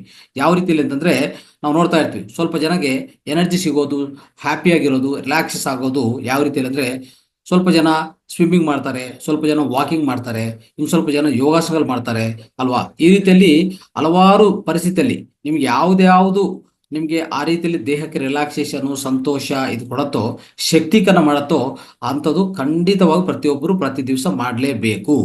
ಅದು ಯಾವುದೇ ರೀತಿಯಲ್ಲಿ ನಾವು ತಪ್ಪಿಸಬಾರದು. ಅಂತಂದರೆ ಏನಾಗುತ್ತೆ ಅಂದರೆ, ಇಲ್ಲಿ ನಮ್ಮಲ್ಲಿರುವಂಥ ಶಕ್ತಿ ಅಂದರೆ ದೇಹದಲ್ಲಿರೋ ಶಕ್ತಿನ ಹೆಚ್ಚು ಮಾಡೋದು, ಪರಿಶ್ರಮ ಕೊಡುವಾಗ ಒಳಗಡೆ ಇರುವಂಥ ಎಲ್ಲ ಸ್ಟ್ರೆಸ್ನ ಆಚೆ ಕಡೆ ಕಲಿಸೋದು. ಮೂರನೇದು ಏನು ಮಾಡುತ್ತಂದರೆ, ಅದೇ ಒಳಗಡೆ ಇರುವಂಥ ಎಲ್ಲ ವಿಷ ಪದಾರ್ಥಗಳನ್ನು ಆಚೆ ಕಡೆ ಕಲಿಸುವಂಥ ಆ ಪರಿಸ್ಥಿತಿ ನಮಗೆ ಕಲ್ಪಿಸ್ತದೆ. ಯಾವ ರೀತಿ ಅಂದರೆ ಡಿಟಾಕ್ಸಿಫಿಕೇಶನ್ ಅಂತ ಹೇಳ್ತೀವಿ ನಾವು. ಹೆಚ್ಚು ನಾವು ವ್ಯಾಯಾಮ ಮಾಡುವಾಗ, ಆಗ ಯೋಗಾಸನಗಳಾಗಲಿ, ಸೂರ್ಯ ನಮಸ್ಕಾರಗಳಾಗಲಿ, ವಾಕಿಂಗ್ ಆಗಲಿ, ಲೈಟ್ ಜಾಗಿಂಗ್ ಆಗಲಿ ಅಲ್ವಾ, ಸ್ವಿಮ್ಮಿಂಗ್ ಆಗಲಿ, ಇವೆಲ್ಲ ಮಾಡ್ತಾ ಇರುವಾಗ ನಮ್ಮಲ್ಲಿರುವಂಥ ಎಲ್ಲ ವಿಷ ಪದಾರ್ಥಗಳು, ಟಾಕ್ಸಿನ್ಸು ಬೆವರು ಮುಖಾಂತರ ಆಚೆ ಕಡೆ ಹೋಗ್ತಾ ಇರ್ತದೆ. ಅಂಥ ವ್ಯವಸ್ಥೆ ನಮ್ಮಲ್ಲಿ ಇದೆ, ಅದನ್ನು ಉಪಯೋಗಿಸ್ಕೊಳ್ಳಿ. ಆ ರೀತಿ ಮಾಡುವಾಗ ನೀವು ಡಿಟಾಕ್ಸಿಫೈ ಆಗ್ತೀರಾ, ಎನರ್ಜೈಸ್ ಆಗ್ತೀರಾ, ರಿಲ್ಯಾಕ್ಸ್ ಆಗ್ತೀರಾ, ಸ್ಟ್ರೆಸ್ ಎಲ್ಲನೂ ಹೋಗಲಾಡಿಸ್ಬೋದು ಅಲ್ವಾ. ಈ ರೀತಿಯಲ್ಲಿ ನಿಮಗೆ ಸಂತೋಷ ಸಿಗತ್ತೆ, ಬಾಡಿ ಎನರ್ಜೆಟಿಕ್ ಆಗಿರುತ್ತೆ, ಯಾವ ರೋಗನೂ ನಿಮಗೆ ಬರಲ್ಲ ಅನ್ನೋ ಅರ್ಥ ಮಾಡ್ಕೋಬೇಕು. ಆಮೇಲೆ ನೆಕ್ಸ್ಟ್ ಏನಂದರೆ, ಇನ್ನೊಂದು ಅಭ್ಯಾಸ, ನಿಮ್ಮ ದೇಹವನ್ನು ನೀವು ಕೇಳಿಸ್ಕೊಳ್ಳಿ. ದೇಹ ಏನು ಹೇಳ್ತಾ ಇದೆ ಅಂತ ನೀವು ಕೇಳಿಸ್ಕೋಬೇಕಾಗತ್ತೆ. ಈಗ ನಿಮ್ಗೆ ರೆಸ್ಟ್ ಬೇಕಾಗಿದೆ, ದೇಹ ಹೇಳ್ತಾ ಇದೆ, ಅದಕ್ಕೂ ವ್ಯತಿರೇಕವಾಗಿ ಕೆಲಸ ಮಾಡಕ್ಕೆ ಹೋಗ್ಬೇಡಿ ಅಲ್ವಾ. ಸೊ ನೀವು ರೆಸ್ಟ್ ಬೇಕಾವಾಗ ರೆಸ್ಟ್ ಕೊಡಬೇಕಾಗತ್ತೆ. ಸ್ವಲ್ಪ ಒಂಥರ ಹ್ಯೂಮರಸ್ ಆಗಿ, ಹ್ಯೂಮರಸ್ ಆಗಿ ಅಂದರೆ ತಮಾಷೆ ಮಾಡೋಂಥ ಪರಿಸ್ಥಿತಿ ಇರುತ್ತೆ. ಅಂದರೆ ಅವಾಗವಾಗ ನಾವು ಸಂತೋಷ ಪಡಿಸ್ಕೊಳ್ಳೋದು, ಒಂಥರ ಮಾನಸಿಕವಾಗಿ ಇರೋಕ್ಕೆ ಪ್ರಯತ್ನ ಮಾಡೋದು, ಇದೆಲ್ಲ ಮಾಡ್ತಾ ಇರಬೇಕಾಗತ್ತೆ. ಸೊ ಅವಾಗ ಏನಾಗುತ್ತೆ ಅಂದರೆ, ಸೊ ಪ್ರತಿಯೊಬ್ಬರಿಗೂ ಒಂದು ಇರುತ್ತೆ ಏನಂತಂದರೆ, ಈಗ ಬೆಳಗ್ಗೆಯಿಂದ ಸಾಯಂಕಾಲವರೆಗೂ ನಾವು ಎಷ್ಟೋ ಒತ್ತಡ ಕೆಲಸ ಮಾಡ್ಕೊಂಡು ಹೋಗ್ತಾ ಇರ್ತೀವಿ ಅಲ್ವಾ. ಅವಾಗಲೇ ಏನು ಮಾಡ್ಬೇಕಂದ್ರೆ, ಒಂದು 2-3 ಗಂಟೆಗೆ 4 ಗಂಟೆಗೆ ಒಂದ್ಸರಿ ಬ್ರೇಕ್ ತಗೊಳ್ಳಿ. ಒಂದು 10 ನಿಮಿಷ ಬ್ರೇಕ್ ತಗೊಳ್ಳಿ, ಪರವಾಗಿಲ್ಲ. ಆ ಬ್ರೇಕಲ್ಲಿ ಏನು ಮಾಡ್ತೀರಾ, ಸ್ವಲ್ಪ ಡೀಪ್ ಬ್ರೀದಿಂಗ್ ಆಗ್ಬೋದು, ಇಲ್ಲ ಡೀಪ್ ಬ್ರೀದಿಂಗ್ ಆಗಲಿ, ಸ್ವಲ್ಪ ಆ ಕಡೆ ಈ ಕಡೆ ಓಡಾಡೋದು, ಸ್ವಲ್ಪ ಹೆಜ್ಜೆಗಳು ಹಾಕಿ. ಸೊ ಒಂದು 100 ಸ್ಟೆಪ್ಸು, 150 ಸ್ಟೆಪ್ಸು ಆ ಕಡೆ ಈ ಕಡೆ ಓಡಾಡೋದು, ಸುಮ್ಮನೆ ಓಡಾಡೋದು ಅಷ್ಟೇ. ಆಮೇಲೆ ಈ ಡೀಪ್ ಬ್ರೀತಿಂಗ್ ಆಗಲಿ, ಡೀಪ್ ಬ್ರೀತಿಂಗ್ ತಗೊಳ್ಳಿ, ಸ್ವಲ್ಪ ಮೆಡಿಟೇಷನ್ ಮಾಡಿ. ಈ 3 ಗಂಟೆಗೆ ಒಂದ್ಸರಿ ಒಂದು 10 ನಿಮಿಷ ಬ್ರೇಕ್ ಕೊಟ್ಟರೆ ಏನಾಗುತ್ತೆ, ಏನು ತೊಂದರೆ ಆಗಲ್ವಲ್ಲ ನಿಮ್ಮ ಕೆಲಸಲ್ಲಿ. ಆದರೆ ನಿಮ್ಗೆ ಸಿಗೋಂಥ ರಿಫ್ರೆಶ್ಮೆಂಟ್ ನೋಡಿ, ನಿಮ್ಗೆ ಸಿಗೋಂಥ ಶಕ್ತಿ ಅಲ್ಲ ಅಂದರೆ ನೀವು ಅಲ್ಲಿಗೆ ರಿಫ್ರೆಶ್ ಆಗ್ತಾ ಇರ್ತೀರಾ, ಚೇತರಿಕೆಸ್ಕೊಂಡು ತುಂಬ ಈಸಿ ಆಗುತ್ತೆ. ಆ ರೀತಿಯಲ್ಲಿ ಮಾಡ್ತಾ ಹೋಗಿ ದಯವಿಟ್ಟು. ಓಕೆ, ಇದೊಂದು ಒಳ್ಳೆ ಅಭ್ಯಾಸ ಅಂತ ಹೇಳ್ಬೋದು. ಆಮೇಲೆ ಯಾವಾಗ ನಿಮಗೆ ಒಂಥರ ನಿಮ್ಮ ದೇಹ ನಿಮ್ಗೆ ಹೇಳ್ತಾ ಇರ್ತದೆ, ಈಗ ನನಗೂ ಸ್ವಲ್ಪ ನಿದ್ದೆ ಬೇಕು ಅಂತ, ಅಂದರೆ ಆವಾಗ ಸ್ವಲ್ಪ ನ್ಯಾಪ್ ತಗೊಳ್ಳಿ, ತೊಂದರೆ ಇಲ್ಲ. ಏನು ಏನಿಲ್ಲ, ಈ ಪ್ರಪಂಚ ಏನು ಎಲ್ಲಿಗೂ ಹೋಗಲ್ಲ, ಈ ಪ್ರಪಂಚ ನಡೀತಾನೆ ಇರ್ತದೆ. ನೀವು ನಿದ್ದೆ ಮಾಡಿದರೆ ಒಂದು 10 ನಿಮಿಷ ನಿದ್ದೆ ಮಾಡಿದರೆ, ಇಲ್ಲ 20 ನಿಮಿಷ ನಿದ್ದೆ ಮಾಡಿದರೆ, ಈ ಪ್ರಪಂಚ ಎಲ್ಲಿಗೂ ಹೋಗಲ್ಲ, ಹಾಗೆ ಇರುತ್ತೆ, ಹಾಗೆ ಕಂಟಿನ್ಯೂ ಆಗ್ತಾನೆ ಇರ್ತದೆ. ಸ್ವಲ್ಪ ಆ ರೀತಿಯಲ್ಲಿ ದೇಹವನ್ನು ಕೇಳಿಸ್ಕೊಳ್ಳಿ, ಏನು ಹೇಳ್ತಾ ಇದೆ. ಈಗ ಹಸು ಆಗ್ತಾ ಇದೆ, ಹಸುನು ವ್ಯತಿರೇಕಿಸೋದು, ಆತನು ಸಾಯಿಸೋದು ಮಾಡಕ್ ಹೋಗ್ಬೇಡಿ. ಓಕೆ, ನಿಮಗೆ ಯೂರಿನ್ ಬರ್ತಾ ಇದೆ, ಯೂರಿನ್ ಪಾಸ್ ಮಾಡಬೇಕು, ಪಾಸ್ ಮಾಡಿ. ಯಾಕೆ ಅದನ್ನು ವ್ಯತಿರೇಕಿಸ್ತೀರಾ? ಮಲ ವಿಸರ್ಜನೆ ಆಗಬೇಕು, ಮಲ ವಿಸರ್ಜನೆ ಅನಿಸ್ತಾ ಇದೆ, ಹೋಗಿ ಮಲ ವಿಸರ್ಜನೆ ಮಾಡಿ. ದೇಹ ಏನು ಹೇಳ್ತಾ ಇದೆ, ದೇಹ ಏನು ಸಿಗ್ನಲ್ ಕೊಡ್ತಾ ಇದೆ, ದಯವಿಟ್ಟು ಕೇಳಿಸ್ಕೊಳ್ಳಿ ಅಂತ ಹೇಳಕ್ಕೆ ಅದೊಂದು ಪ್ರಯತ್ನ ಮಾಡ್ತಾ ಇದ್ದೀನಿ ಸ್ನೇಹಿತರೆ. ಇನ್ನೊಂದು ಅಭ್ಯಾಸ ಏನಂತಂದ್ರೆ, ನಾವು ಸೃಜನಾತ್ಮಕತೆ ಹೆಚ್ಚು ಮಾಡ್ಕೊಳ್ಳಿ. ನಾವು ಸೃಜನಾತ್ಮಕವಾಗಿ ಜೀವನವನ್ನು ನಡೆಸ್ಕೋಬೇಕಾಗತ್ತೆ. ನಮ್ಮಲ್ಲಿ ಸೃಜನಾತ್ಮಕತೆ ಹೆಚ್ಚಾಗಿರ್ಬೇಕು ಅಂತ ಅರ್ಥ ಮಾಡ್ಕೊಳ್ಳಿ. ಯಾಕಂದ್ರೆ ಈ ಸೃಜನಾತ್ಮಕತೆ ಏನಾಗತ್ತಂದ್ರೆ, ಸೃಜನಾತ್ಮಕತೆ ನಿಮ್ಮಲ್ಲಿ ಹೆಚ್ಚಿದ್ರೆ ನಿಮ್ಮ ಜೀವನ ತುಂಬಾ ಒಂಥರ ಹೇಳ್ಬೇಕಂದ್ರೆ ಎಷ್ಟೋ ಇಂಟ್ರೆಸ್ಟಿಂಗ್ ಆಗಿ, ಎಷ್ಟೋ ಒಂಥರ ಇಷ್ಟಪೂರ್ವಕವಾಗಿ ನಡ್ಸ್ಕೋಬಹುದು. ಒಂಥರ ನಮ್ಮಲ್ಲಿ ಒಂದು ಫನ್ ಅನ್ನೋದು ಹೆಚ್ಚಿರುತ್ತೆ ಜೀವನದಲ್ಲಿ. ರಿಲ್ಯಾಕ್ಸ್ ಆಗೋದು ಈಸಿ, ಮತ್ತೆ ನಾವು ಎಲ್ಲ ವಿಷಯಗಳ ಬಗ್ಗೆ ತಿಳ್ಕೊಳಕ್ಕೆ ಇನ್ನೂ ಈಸಿ ಆಗುತ್ತೆ. ನೋಡಿ, ಯಾರ್ಯಾರು ಕ್ರಿಯೇಟಿವ್ ಆಗಿರ್ತಾರೋ ಅವ್ರು ಆ ಕ್ರಿಯೇಟಿವ್ ಅಂದ್ರೆ ಯಾವ ರೀತಿ ಅಂದ್ರೆ, ಒಂಥರ ಲೈಫ್ ಇನ್ಸ್ಪಿರೇಷನ್ ಆಗಿರ್ತದೆ. ಹೇಳ್ಬೇಕಂದ್ರೆ ಲೈಫ್ ಇನ್ಸ್ಪಿರೇಷನ್ ಆಗಿರ್ತದೆ. ಎಷ್ಟೋ ನಾವೇ ಎಷ್ಟೋ ಜನಕ್ಕೆ ಸಹಾಯ ಮಾಡೋಂಥ ಅವಕಾಶ ನಮ್ಮಲ್ಲಿ ಇರ್ತದೆ. ಅಂದ್ರೆ ಆ ಕ್ರಿಯೇಟಿವ್ ನಿಮ್ಮ ಹತ್ರ ಇರಬೇಕು. ಆ ಕ್ರಿಯೇಟಿವಿಟಿ ಅನ್ನೋದು ನಮ್ಮ ಜೀವನವನ್ನು ಅಂದ್ರೆ ಒಂಥರ ದೀರ್ಘವಾಗಿ ಕೊನಸಾಗುವಂಥ ಅವಕಾಶ ನಮ್ಗೆ ಕೊಡುತ್ತೆ. ಲೈಫಲ್ಲಿ ಈ ಕ್ರಿಯೇಟಿವಿಟಿ ಇಲ್ಲದೆ ನಾವು ಎಷ್ಟೋ ಸರಿ ನಮ್ಮ ಜೀವನ ನಡೆಸ್ಕೊಂಡು ಹೋಗ್ತಾ ಇರ್ತೀವಿ. ಆ ಕ್ರಿಯೇಟಿವ್ ಇಲ್ಲ ಅಂದ್ರೆ ಏನಾಗುತ್ತೆ, ನಿಮ್ಮಲ್ಲಿ ಆ ಕ್ರಿಯೇಟಿವಿಟಿ ಹೆಚ್ಚಾಗಿಲ್ಲ ಅಂದ್ರೆ ನೀವು ಸೊಲ್ಯೂಷನ್ಸ್ ಕಂಡಿರೋದು ತುಂಬಾ ಕಡಿಮೆ ಆಗುತ್ತೆ. ನಿಮ್ಗೆ ಯಾವುದೇ ಪರಿಷ್ಕಾರ ಮಾರ್ಗದಲ್ಲಿ ಸಿಗಲ್ಲ. ಕ್ರಿಯೇಟಿವ್ ಅಂದ್ರೆ ಒಳಗಡೆ ಹೆಚ್ಚಾಗಿ ನಮ್ಮಲ್ಲಿ ಶಾಂತತೆ ಇದ್ರೆ, ಶಾಂತಿ ಹೆಚ್ಚಿಗಿದ್ರೆ ನಮಗೆ ಕ್ರಿಯೇಟಿವಿಟಿ ಹೆಚ್ಚಾಗತ್ತೆ. ಅದನ್ನು ಒಂದು ಇಂಪಾರ್ಟೆಂಟ್ ವಿಷಯ. ಅಂದ್ರೆ ಧ್ಯಾನ ಮಾಡ್ತಾ ಹೋದ್ರೆ ಏನಾಗತ್ತೆ, ನಿಮ್ಮಲ್ಲಿ ಶಾಂತಿ ಹೆಚ್ಚಾಗ್ತದೆ, ಪೀಸ್ ಹೆಚ್ಚಾಗ್ತಾ ಹೋಗ್ತದೆ. ಆ ಪೀಸ್ ಹೆಚ್ಚಾಗುವಾಗ ನಿಮ್ಮಲ್ಲಿ ಸೃಜನಾತ್ಮಕತೆ ಹೆಚ್ಚಾಗತ್ತೆ. ಸೃಜನಾತ್ಮಕತೆ ಹೆಚ್ಚಾಗಿದ್ರೆ ಯಾವುದೇ ಸಮಸ್ಯೆ ಇರಲಿ, ಖಂಡಿತವಾಗಿ ವೇಗವಂತವಾಗಿ ನಿಮ್ಗೆ ಸೊಲ್ಯೂಷನ್ ಸಿಗತ್ತೆ. ನೋಡಿ, ಇದು ಪ್ರಧಾನವಾಗಿರುವಂಥದ್ದು. ಇದು ಬಹಳ ಇಂಪಾರ್ಟೆಂಟ್ ವಿಷಯ. ನಾವಿದನ್ನು ನಮ್ಮ ಜೀವನದಲ್ಲಿ ಅಳವಡಿಸ್ಕೋಬೇಕು ಸ್ನೇಹಿತರೆ. ಧ್ಯಾನ ಹೆಚ್ಚು ಮಾಡ್ತಾ ಹೋಗಿ, ನಿಮ್ಮಲ್ಲಿ ಶಾಂತಿ ಹೆಚ್ಚು ಮಾಡ್ಕೊತಾ ಹೋಗಿ, ಅದರಿಂದ ಸೃಜನಾತ್ಮಕತೆ ಹೆಚ್ಚು ಮಾಡ್ಕೊಳ್ಳಿ. ನಿಮ್ಮ ಜೀವನದಲ್ಲಿ ಪ್ರತಿ ಸಮಸ್ಯೆಗೆ ಸಮಾಧಾನ ನಿಮಗೆ ಸಿಗತ್ತೆ. ನೀವು ಎಲ್ಲಿ ಹುಡುಕೋದು ಬೇಕಾಗಿಲ್ಲ. ಅದಕ್ಕೆ ಸೃಜನಾತ್ಮಕತೆ ಜೀವನ ಅತಿ ಅದ್ಭುತವಾಗಿರುತ್ತೆ, ಅತಿ ಸುಂದರವಾಗಿರುತ್ತೆ ಅಂತ ಹೇಳಕ್ಕೆ ನಾನು ಪ್ರಯತ್ನ ಮಾಡ್ತಾ ಇದ್ದೀನಿ ಸ್ನೇಹಿತರೆ. ಇದನ್ನ ಅರ್ಥ ಮಾಡ್ಕೋಬೇಕು ನೀವು. ಇನ್ನೊಂದು ನೆಕ್ಸ್ಟ್ ಅಭ್ಯಾಸ ಏನಂತಂದ್ರೆ ಸ್ನೇಹಿತರೆ, ನಮ್ಮ ಜೀವನದಲ್ಲಿ ಸ್ವಲ್ಪ ನಾವು ಕಲರ್ಸ್ನ ಆ್ಯಡ್ ಮಾಡ್ಕೊಳ್ಳೋಣ, ಬಣ್ಣಗಳು ಆ್ಯಡ್ ಮಾಡ್ಕೊಳ್ಳೋಣ. ಅಂದ್ರೆ ನಮ್ಮ ಜೀವನ ಕಲರ್ಫುಲ್ ಆಗಿರ್ಬೇಕಂತ ಹೇಳ್ತಾರೆ ನೋಡಿ. ಸೊ ಕಲರ್ಫುಲ್ ಲೈಫ್ ಅಂತ ಹೇಳ್ತಾರಲ್ಲ, ಅದು ಬಹಳ ಇಂಪಾರ್ಟೆಂಟ್ ಆಗತ್ತೆ. ಅಂದ್ರೆ ನಿಮ್ಮ ಗೋಡೆಗಳಿಗೆ ಮನೆಯಲ್ಲಿ ಸ್ವಲ್ಪ ಕಲರ್ಸ್, ಗ್ರೀನ್ ಕಲರ್ ಹೊಡಿದ್ರೆ ಒಂಥರ ಶಾಂತಿಯಾಗಿ, ಅದೆಲ್ಲ ಏನಾಗತ್ತೆ ಅಂದ್ರೆ ಒಂಥರ ರಿಲ್ಯಾಕ್ಸ್ ಆಗಿರ್ತದೆ. ಒಂಥರ ನಾವು ಅಬ್ಸರ್ವ್ ಮಾಡ್ತೀವಲ್ಲ, ಒಂದು ಗ್ರೀನ್ ಕಲರ್ ನಾವು ಕಣ್ಣುಗಳಿಂದ ನೋಡುವಾಗ ನಮ್ಗೊಂಥರ ಶಾಂತಿ ಸಿಗತ್ತೆ ಅಲ್ಲ, ಕಣ್ಣುಗಳೆಲ್ಲ ಪ್ರಶಾಂತವಾಗತ್ತೆ. ನೋಡಿ, ಈಗ ಆಚೆ ಕಡೆ ಹೋಗ್ತೀವಿ, ಸಸ್ಯಗಳು ನೋಡ್ತಾ ಇರ್ತೀವಿ, ಹೇಗಿರ್ತದೆ ನಿಮಗೆ, ನಿಮ್ಮ ಮನಸ್ಸು ಹೇಗಿರ್ತದೆ? ಪ್ರಧಾನವಾಗಿ ನಿಮ್ಮ ಕಣ್ಣುಗಳು ರಿಲ್ಯಾಕ್ಸ್ ಆಗ್ಬಿಡ್ತದೆ. ಕಣ್ಣುಗಳಿಗೆ ಶಕ್ತಿ ಹೊರಗಡೆ ಹೋಗಲ್ಲ, ಶಕ್ತಿ ಇನ್ನೂ ಹೆಚ್ಚಾಗಿ ಹೊರಗಡೆ ಬರುತ್ತೆ. ಆ ರೀತಿಯಲ್ಲಿ ಅಂದ್ರೆ ನಿಮ್ಮ ಕಣ್ಣುಗಳು ಪ್ರಶಾಂತವಾಗಿ ರಿಲ್ಯಾಕ್ಸ್ ಆಗ್ಬಿಡ್ತದೆ, ತಕ್ಷಣ ರಿಲ್ಯಾಕ್ಸ್ ಆಗುತ್ತೆ ಯಾವುದೇ ಒಂದು ಸೆಷನ್ ನೋಡಿದ್ರೆ. ಅದು ಪ್ರಧಾನ ಏನು ಕಾರಣ ಅಂದ್ರೆ ನಿಮ್ಮ ಕಣ್ಣುಗಳ ಶಕ್ತಿ ಹೊಟ್ಟೋಗಲ್ಲ ಒಂದು. ನಿಮ್ಮ ಕಣ್ಣುಗಳಲ್ಲಿ ಆ ರಿಲ್ಯಾಕ್ಸೇಷನ್ ಹೆಚ್ಚಾಗ್ತಾ ಹೋಗ್ತದೆ ಈ ಗ್ರೀನ್ ಕಲರ್ ನೋಡುವಾಗ. ಆ ಗ್ರೀನ್ ಕಲರ್ ಇರುವಂತ ಅಂದ್ರೆ ಈ ಹಳದಿ ಅಂದ್ರೆ ನಾವೆಲ್ಲಂತ ಈ ಗ್ರೀನ್ ಕಲರ್ ಯಾವ್ದಿದೆಯೋ ಆ ಗ್ರೀನ್ ಕಲರ್ಗೂ ಅಷ್ಟು ಶಕ್ತಿ ಇದೆ. ಆ ರೀತಿಯಲ್ಲಿ ಗೋಡೆಗಳಿಗೆ ಒಂಥರ ನಿಮ್ಮ ಮನೆ ಒಳಗಡೆ ಗೋಡೆಗಳಿಗೆ ಗ್ರೀನ್ ಕಲರ್ ಹಚ್ಕೊಳ್ಳೋದು, ಪೇಂಟಿಂಗ್ ಮಾಡೋದು, ಆ ರೀತಿಯಲ್ಲಿ ಎಷ್ಟು ಜಾಸ್ತಿ ಈ ಪಾರ್ಕಲ್ಲಿ ಗಾರ್ಡನ್ ಓಡಾಡೋದು, ಅದರಿಂದ ಯಾವಾಗಲೂ ಕಣ್ಣುಗಳಿಂದ ಗ್ರೀನ್ ಕಲರ್ ನೋಡ್ತಾ ಇರ್ತೀವಿ. ಆ ರೀತಿ ಮಾಡುವಾಗ ಸೊ ಇದೆಲ್ಲ ಫಲಿತಗಳು ನಿಮ್ಗೆ ಸಿಗತ್ತೆ. ಆಮೇಲೆ ಬ್ರೈಟ್ ಕಲರ್ ಧರಿಸಿದ್ದು ಒಂದೊಂಥರ ಡ್ರೆಸ್ಸುಗಳು ಇದೆಲ್ಲ ನಾವು ವಸ್ತ್ರಧಾರಣ ಮಾಡ್ತೀವಲ್ಲ, ಅದು ಬ್ರೈಟ್ ಕಲರ್ ಧರಿಸಿದ್ರೆ ಏನು ತೊಂದರೆ ಇಲ್ಲ. ಒಂಥರ ಅದು ನಿಮಗೆ ವೈಬ್ರೆಂಟ್ ಅಂತ ಕಾಣಿಸ್ತದೆ. ಸೊ ತುಂಬಾ ಜನ ಒಂದ್ಸರಿ ವೈಬ್ರೆಂಟ್ ಕಲರ್ಸ್ ಹಾಕೊಂಡು ಈ ವಸ್ತ್ರಗಳ ಧಾರಣ ಮಾಡ್ತಾರಲ್ವಾ, ಅದು ಒಳ್ಳೇದೇ, ಏನು ತೊಂದರೆ ಇಲ್ಲ. ಅದು ಆದಷ್ಟು ನಿಮ್ಗೆ ಏನಂತಂದ್ರೆ ನಿಮ್ಮ ಜೀವನವನ್ನು ಒಂಥರ ಕಲರ್ಫುಲ್ ಮಾಡುತ್ತೆ. ಯಾವಾಗಲೂ ಒಂಥರ ಸ್ತಬ್ಧವಾಗಿರೋದು ಆ ರೀತಿಯಲ್ಲಿ ಏನು ಬೇಕಾಗಿಲ್ಲ. ಅಂದ್ರೆ ಒಂಥರ ಯಾವಾಗಲೂ ನಾವು ಬಡತನ ಅಂತಂದ್ರೆ ಆ ರೀತಿಯಲ್ಲಿ ನಮ್ಮ ಜೀವನದಲ್ಲಿನೂ ಒಂಥರ ಕಲರ್ಫುಲ್ ಆಗಿ ಇಟ್ಕೊಡೋದು ತುಂಬಾ ಒಳ್ಳೇದು. ಯಾವಾಗಲೂ ಇದನ್ನ ಅರ್ಥ ಮಾಡ್ಕೊಳ್ಳಿ. ಅದಕ್ಕೆ ಸೊ ನಾವು ಅಂತ ಸುಂದರವಾದ ಜೀವನವನ್ನು ನಾವು ಅಳವಡಿಸ್ಕೊಳ್ಳೋದು ತುಂಬಾ ಉತ್ತಮ. ಅಂದ್ರೆ ಮೇಕ್ ಯುವರ್ ಲೈಫ್ ಕಲರ್ಫುಲ್. ನೀವು ವಸ್ತ್ರಧಾರಣ ಆಗಲಿ, ನಿಮ್ಮ ಸುತ್ತು ವಾತಾವರಣ ಈ ರೀತಿಯಲ್ಲಿ ಒಂದು ಪ್ರಶಾಂತ ವಾತಾವರಣ, ಈಗಾಗಲೇ ಹೇಳಿದ್ವಲ್ಲ ಸಸ್ಯಗಳು ಇದೆಲ್ಲ ಇದ್ರೆ ಅಷ್ಟು ಪ್ರಶಾಂತ ವಾತಾವರಣ ನಿಮ್ಮ ಕಣ್ಣುಗಳು ಯಾವಾಗ ಅಲ್ಲಿಗಲ್ಲಿಗೆ ರಿಲ್ಯಾಕ್ಸ್ ಆಗ್ತಾ ಇರ್ತದೆ. ನಿಮ್ಮ ದೇಹ ಒಳಗಡೆನೂ ತುಂಬಾ ಶಾಂತವಂತವಾಗಿರ್ತೀರ. ಸೊ ಆ ರೀತಿಯಲ್ಲಿರುವಾಗ ಸೊ ಅದ್ಭುತ ಆರೋಗ್ಯ ನಿಮ್ಗೆ ಸ್ವಂತವಾಗತ್ತೆ. ಆಮೇಲೆ ಇನ್ನೊಂದು ಅಭ್ಯಾಸ, ಮೇಕ್ ಗ್ರಾಟಿಟ್ಯೂಡ್ ಯುವರ್ ಆಟಿಟ್ಯೂಡ್ ಅಂತಂದ್ರೆ ಪ್ರತಿಯೊಂದಕ್ಕೂ ನಾವೇನ್ ಮಾಡ್ಬೇಕಂದ್ರೆ ಕೃತಜ್ಞತಾ ಪೂರ್ವಕ ಇರಬೇಕು. ಅಂದ್ರೆ ನಮ್ಮಲ್ಲಿ ನಮ್ಮ ಜೀವನದಲ್ಲಿ ಏನೇನಿದೆಯೋ ಅದಕ್ಕೆಲ್ಲ ಕೃತಜ್ಞತೆ ತಿಳಿಸಿ ಅಲ್ವಾ. ಇರೋದಕ್ಕೂ ಕೃತಜ್ಞತೆ ತಿಳಿಸಿ, ಯಾವ್ದು ಇಲ್ಲೋ ಅದ್ರ ಬಗ್ಗೆ ನೀವು ಯೋಚನೆ ಮಾಡ್ಕೋಬಿಡಿ. ಅದ್ರ ಬಗ್ಗೆ ಗಮನ ಕೊಡಕ್ ಹೋಗಬಾರ್ದು. ಅಂದ್ರೆ whatever you focus you will achieve that. ನಿಮ್ಗೆ ಗೊತ್ತಿರೋ ವಿಷಯ, ಏನೇನು ನೀವು ಫೋಕಸ್ ಮಾಡ್ತಾ ಹೋಗ್ತಿರೋ ಅದು ಹೆಚ್ಚಾಗ್ತದೆ ನಿಮ್ಮ ಜೀವನದಲ್ಲಿ. Whatever you focus it will multiply ಅಂತ ಅರ್ಥ. ಅಂತಂದ್ರೆ wherever your attention goes the energy flows. ಅದನ್ನ ಅರ್ಥ ಮಾಡ್ಕೋಬೇಕು. ಅದಕ್ಕೆ ನಾವೇನ್ ಮಾಡ್ಬೇಕು, ಎಷ್ಟೆಷ್ಟು ಇದೆಯೋ ಏನೇನಿದೆಯೋ ನಮ್ಮ ಜೀವನದಲ್ಲಿ ಅದು ನನಗೂ ಭಗವಂತ ನೀವು ಕೊಟ್ಟಿರೋದಕ್ಕೆ ನಾನು ತುಂಬಾ ಕೃತಜ್ಞ ಪೂರ್ವಕವಾಗಿ ಇದ್ದೀನಿ. ಯಾರೇ ವ್ಯಕ್ತಿಗಳಿಗಾಗ್ಲಿ ಪರಿಸ್ಥಿತಿಗಾಗ್ಲಿ ನಮ್ಮ ಜೀವನದಲ್ಲಿ ಏನೇನು ನಾವು ಅನುಭವಿಸ್ತಾ ಇದ್ದೇವೆ ಅದಕ್ಕೆಲ್ಲ ಕೃತಜ್ಞತೆ ಪೂರ್ವಕ ತಿಳಿಸಿ, ಯಾವುದು ಇಲ್ಲದೋ ಅದ್ರ ಬಗ್ಗೆ ಗಮನ ಕೊಡಕ್ಕೆ ಹೋಗ್ಬಿಡಿ. ಅವಾಗ ಅದಕ್ಕೆ ಹೇಳ್ತೀವಲ್ಲ, make gratitude is your attitude ಅಂತ ಮಾಡ್ಕೊಳ್ಳಿ. ಅದು ತುಂಬಾ ಅತ್ಯುತ್ತಮವಾಗಿರುವಂಥದ್ದು. ಆಮೇಲೆ ಕೊನೆಯದಾಗಿ ಸ್ನೇಹಿತರೆ, ಒಂದು ನಗೋದು ಅನ್ನೋದಂಥದ್ದು ಒಂದು ಪ್ರಧಾನ, ಅಂದ್ರೆ ಒಂಥರ ಹೇಳ್ಬೇಕಂದ್ರೆ ಅದು ಪ್ರಾಧಾನ್ಯದ ಪೂರ್ವಕವಾಗಿ ಮಾಡ್ಕೋಬೇಕಾಗತ್ತೆ. ಅಂದ್ರೆ ಪ್ರಮುಖವಾದ ವಿಷಯ ನಮ್ಮ ಜೀವನದಲ್ಲಿ ನಗಿಯೋದು. ಅಂದ್ರೆ ಒಂಥರ ನಗಿಯೋದು ಅದು ತುಂಬಾ ಅತ್ಯುತ್ತಮ ವಿಷಯ. ಈಗಾಗಲೇ ನೋಡ್ತಾ ಇದ್ದೀವಿ ನಾವು ಲಾಫರ್ ಇಸ್ ದ ಮೆಡಿಸನ್ ಅಂತ ಎಷ್ಟೋ ಸಲ ತಿಳ್ಕೊಂಡಿದ್ದೆ, ಎಷ್ಟೋ ಉದಾಹರಣೆಗಳು ಕೊಟ್ಟಿದ್ದೆ ನಾನು ಈ ವೇದಿಕೆಯಲ್ಲಿ. ಅಂದ್ರೆ ಲಾಫರ್ ಈಸ್ ಮೆಡಿಸನ್.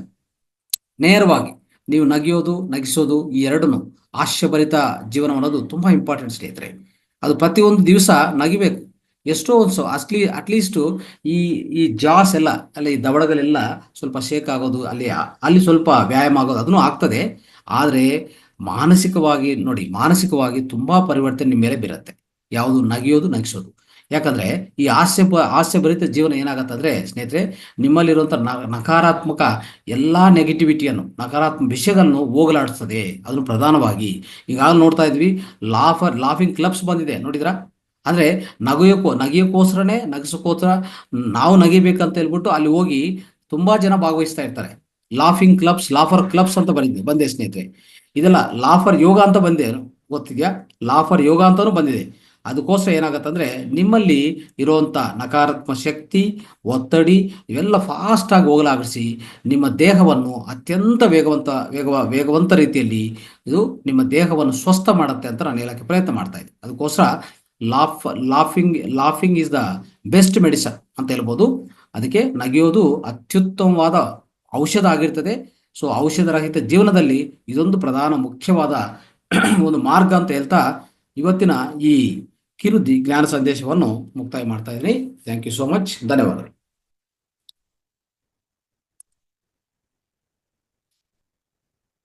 ರೈಟ್ ಸ್ನೇಹಿತರೆ, ಯಾರಾದ್ರೂ 2-3 ಮಾಸ್ಟರ್ ಸರ್ವಿಸ್ಗೆ ಕೊಡಿ.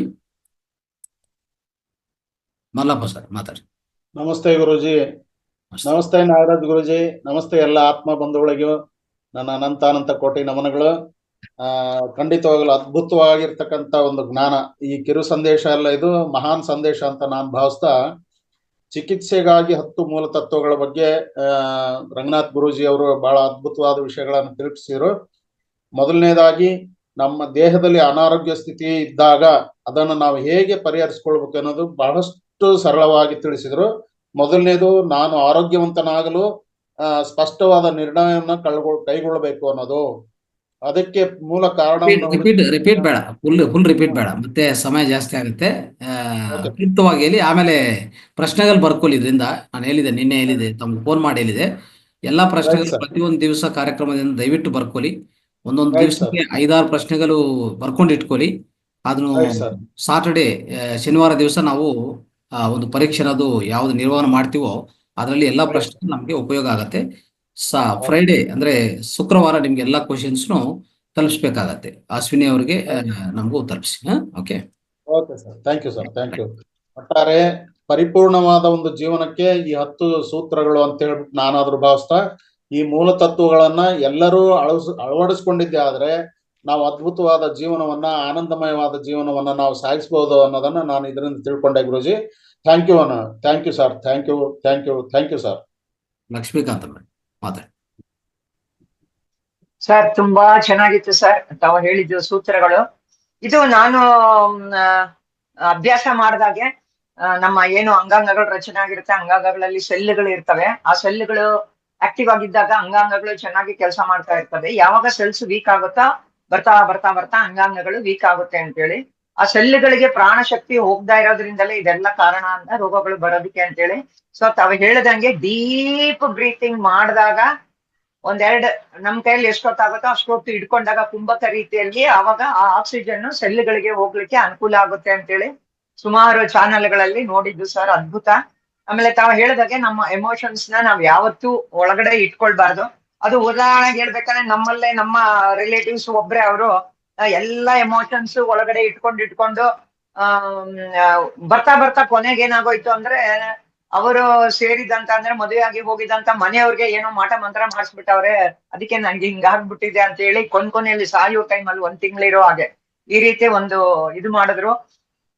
ಆದ್ರಿಂದ ನಮ್ಮ ಮನಸ್ಸಿನಲ್ಲಿ ಏನಿದೆ ಅದನ್ನ ನಾವು ಹೇಳ್ಕೊಳ್ಳೋದ್ರೊಳಗೆ ಏನು ಅದರಲ್ಲಿ ಇನ್ಫೀರಿಯಾರಿಟಿ ನಮ್ಗೆ ಇದೆ ಅಂತ ಅನ್ಸಲ್ಲ ಸರ್. ಬಿಚ್ಚಿ ಹೇಳ್ಕೊಂಡಾಗ ನಮ್ಮ ಸಮಸ್ಯೆಗಳಿಗೆ ಉತ್ತರಗಳು ಸಿಗುತ್ತೆ ಅಂತ ಹೇಳಿ. ಮತ್ತೆ ತಾವು ಹೇಳಿದ್ದು ಇದ್ರೊಳ ಜೊತೆಗೆ ಕೊನೆಯಲ್ಲಿ ಏನ್ ಹೇಳ್ತಾರೆ ಅಂದ್ರೆ, ತಾವು ಹೇಳ್ದಂಗೆ ಮಲಮೂತ್ರಗಳನ್ನ ಹಿಡಿದಿಟ್ಕೊಳ್ಬಾರ್ದು, ಅಳುನು ಸಹ ನಾವು ಹಿಡಿದಿಟ್ಕೊಳ್ಬಾರ್ದು ಅಂತ ಒಂದು ನಾನು ಕೇಳಲ್ಪಟ್ಟಿದ್ದೆ ಸರ್. ಚೆನ್ನಾಗಿತ್ತು ಸರ್. ನಮ್ಮ ಜೀವನ ಸೂತ್ರಗಳು ಆರೋಗ್ಯವಾಗಿರೋದಕ್ಕೆ ಒಳ್ಳೆ ಅದ್ಭುತವಾದ ಒಂದು ಸೂತ್ರಗಳನ್ನ ಹೇಳ್ಕೊಟ್ರಿ sir. Thank you sir, thank you. Yes Ashwini madam.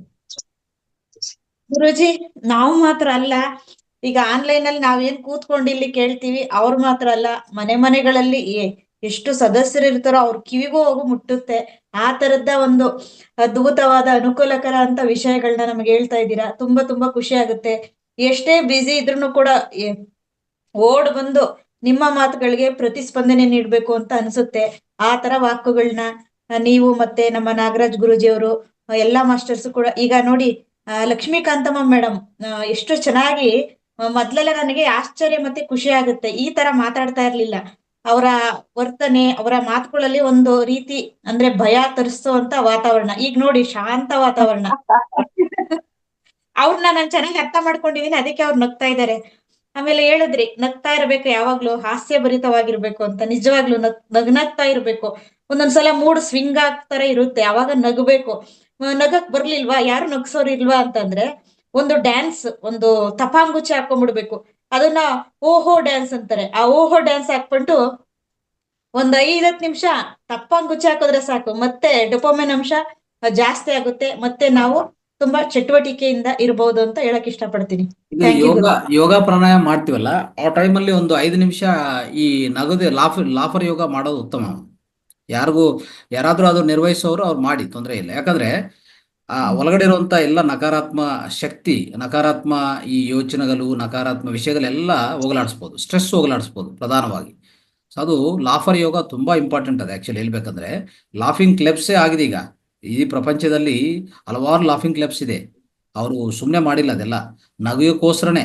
ಈ ನಗುಕೋಸ್ಕರನೇ ಬರಬೇಕಂತಾನೆ ಪರ್ಪಸ್ಫುಲ್ ಆಗಿ ಮಾಡಿದ್ದಾರೆ. ಬಟ್ ಆದರೆ ಅದಕ್ಕೂ ತುಂಬ ಪ್ರಾಧಾನ್ಯತೆ ಆಗಿದೆ, ತುಂಬ ರಿಸಲ್ಟ್ಸ್ ಕೊಡ್ತಾ ಇದೆ. ಅರ್ಥ ಆಯ್ತಾ?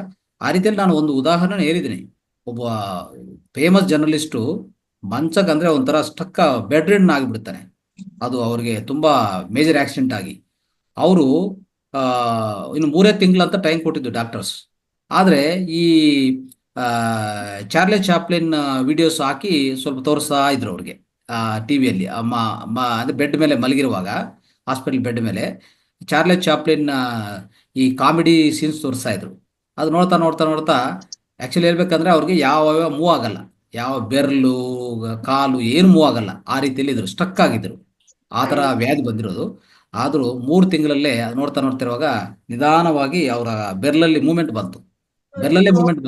ಅವಾಗ ಡಾಕ್ಟರ್ಸ್ ನೋಡಿ ಆಶ್ಚರ್ಯ ಆದ್ರು. ಏನು ನಾವು ಅನ್ಕೊಂಡಿದ್ದೀವಿ ಒಂದು, ಇದು ಇನ್ನು ಆಗ್ತಾ ಇರೋದು ಇನ್ನೊಂದಲ್ಲ, ಏನು ಮಾಡಿದ್ರಿ ಅಂತ ಅವ್ರು ಹೇಳುವಾಗ, ಏನಿಲ್ಲ ನಾನು ಅದೇ ಅವರು ಯಾರೋ ಹೇಳಿದ್ರಂತ, ಪ್ರತಿ ದಿವಸ ಚಾರ್ಲಿ ಚಾಪ್ಲಿನ್ ವಿಡಿಯೋ ತೋರಿಸ್ತಾ ಇದೀವಿ ಅಂತ.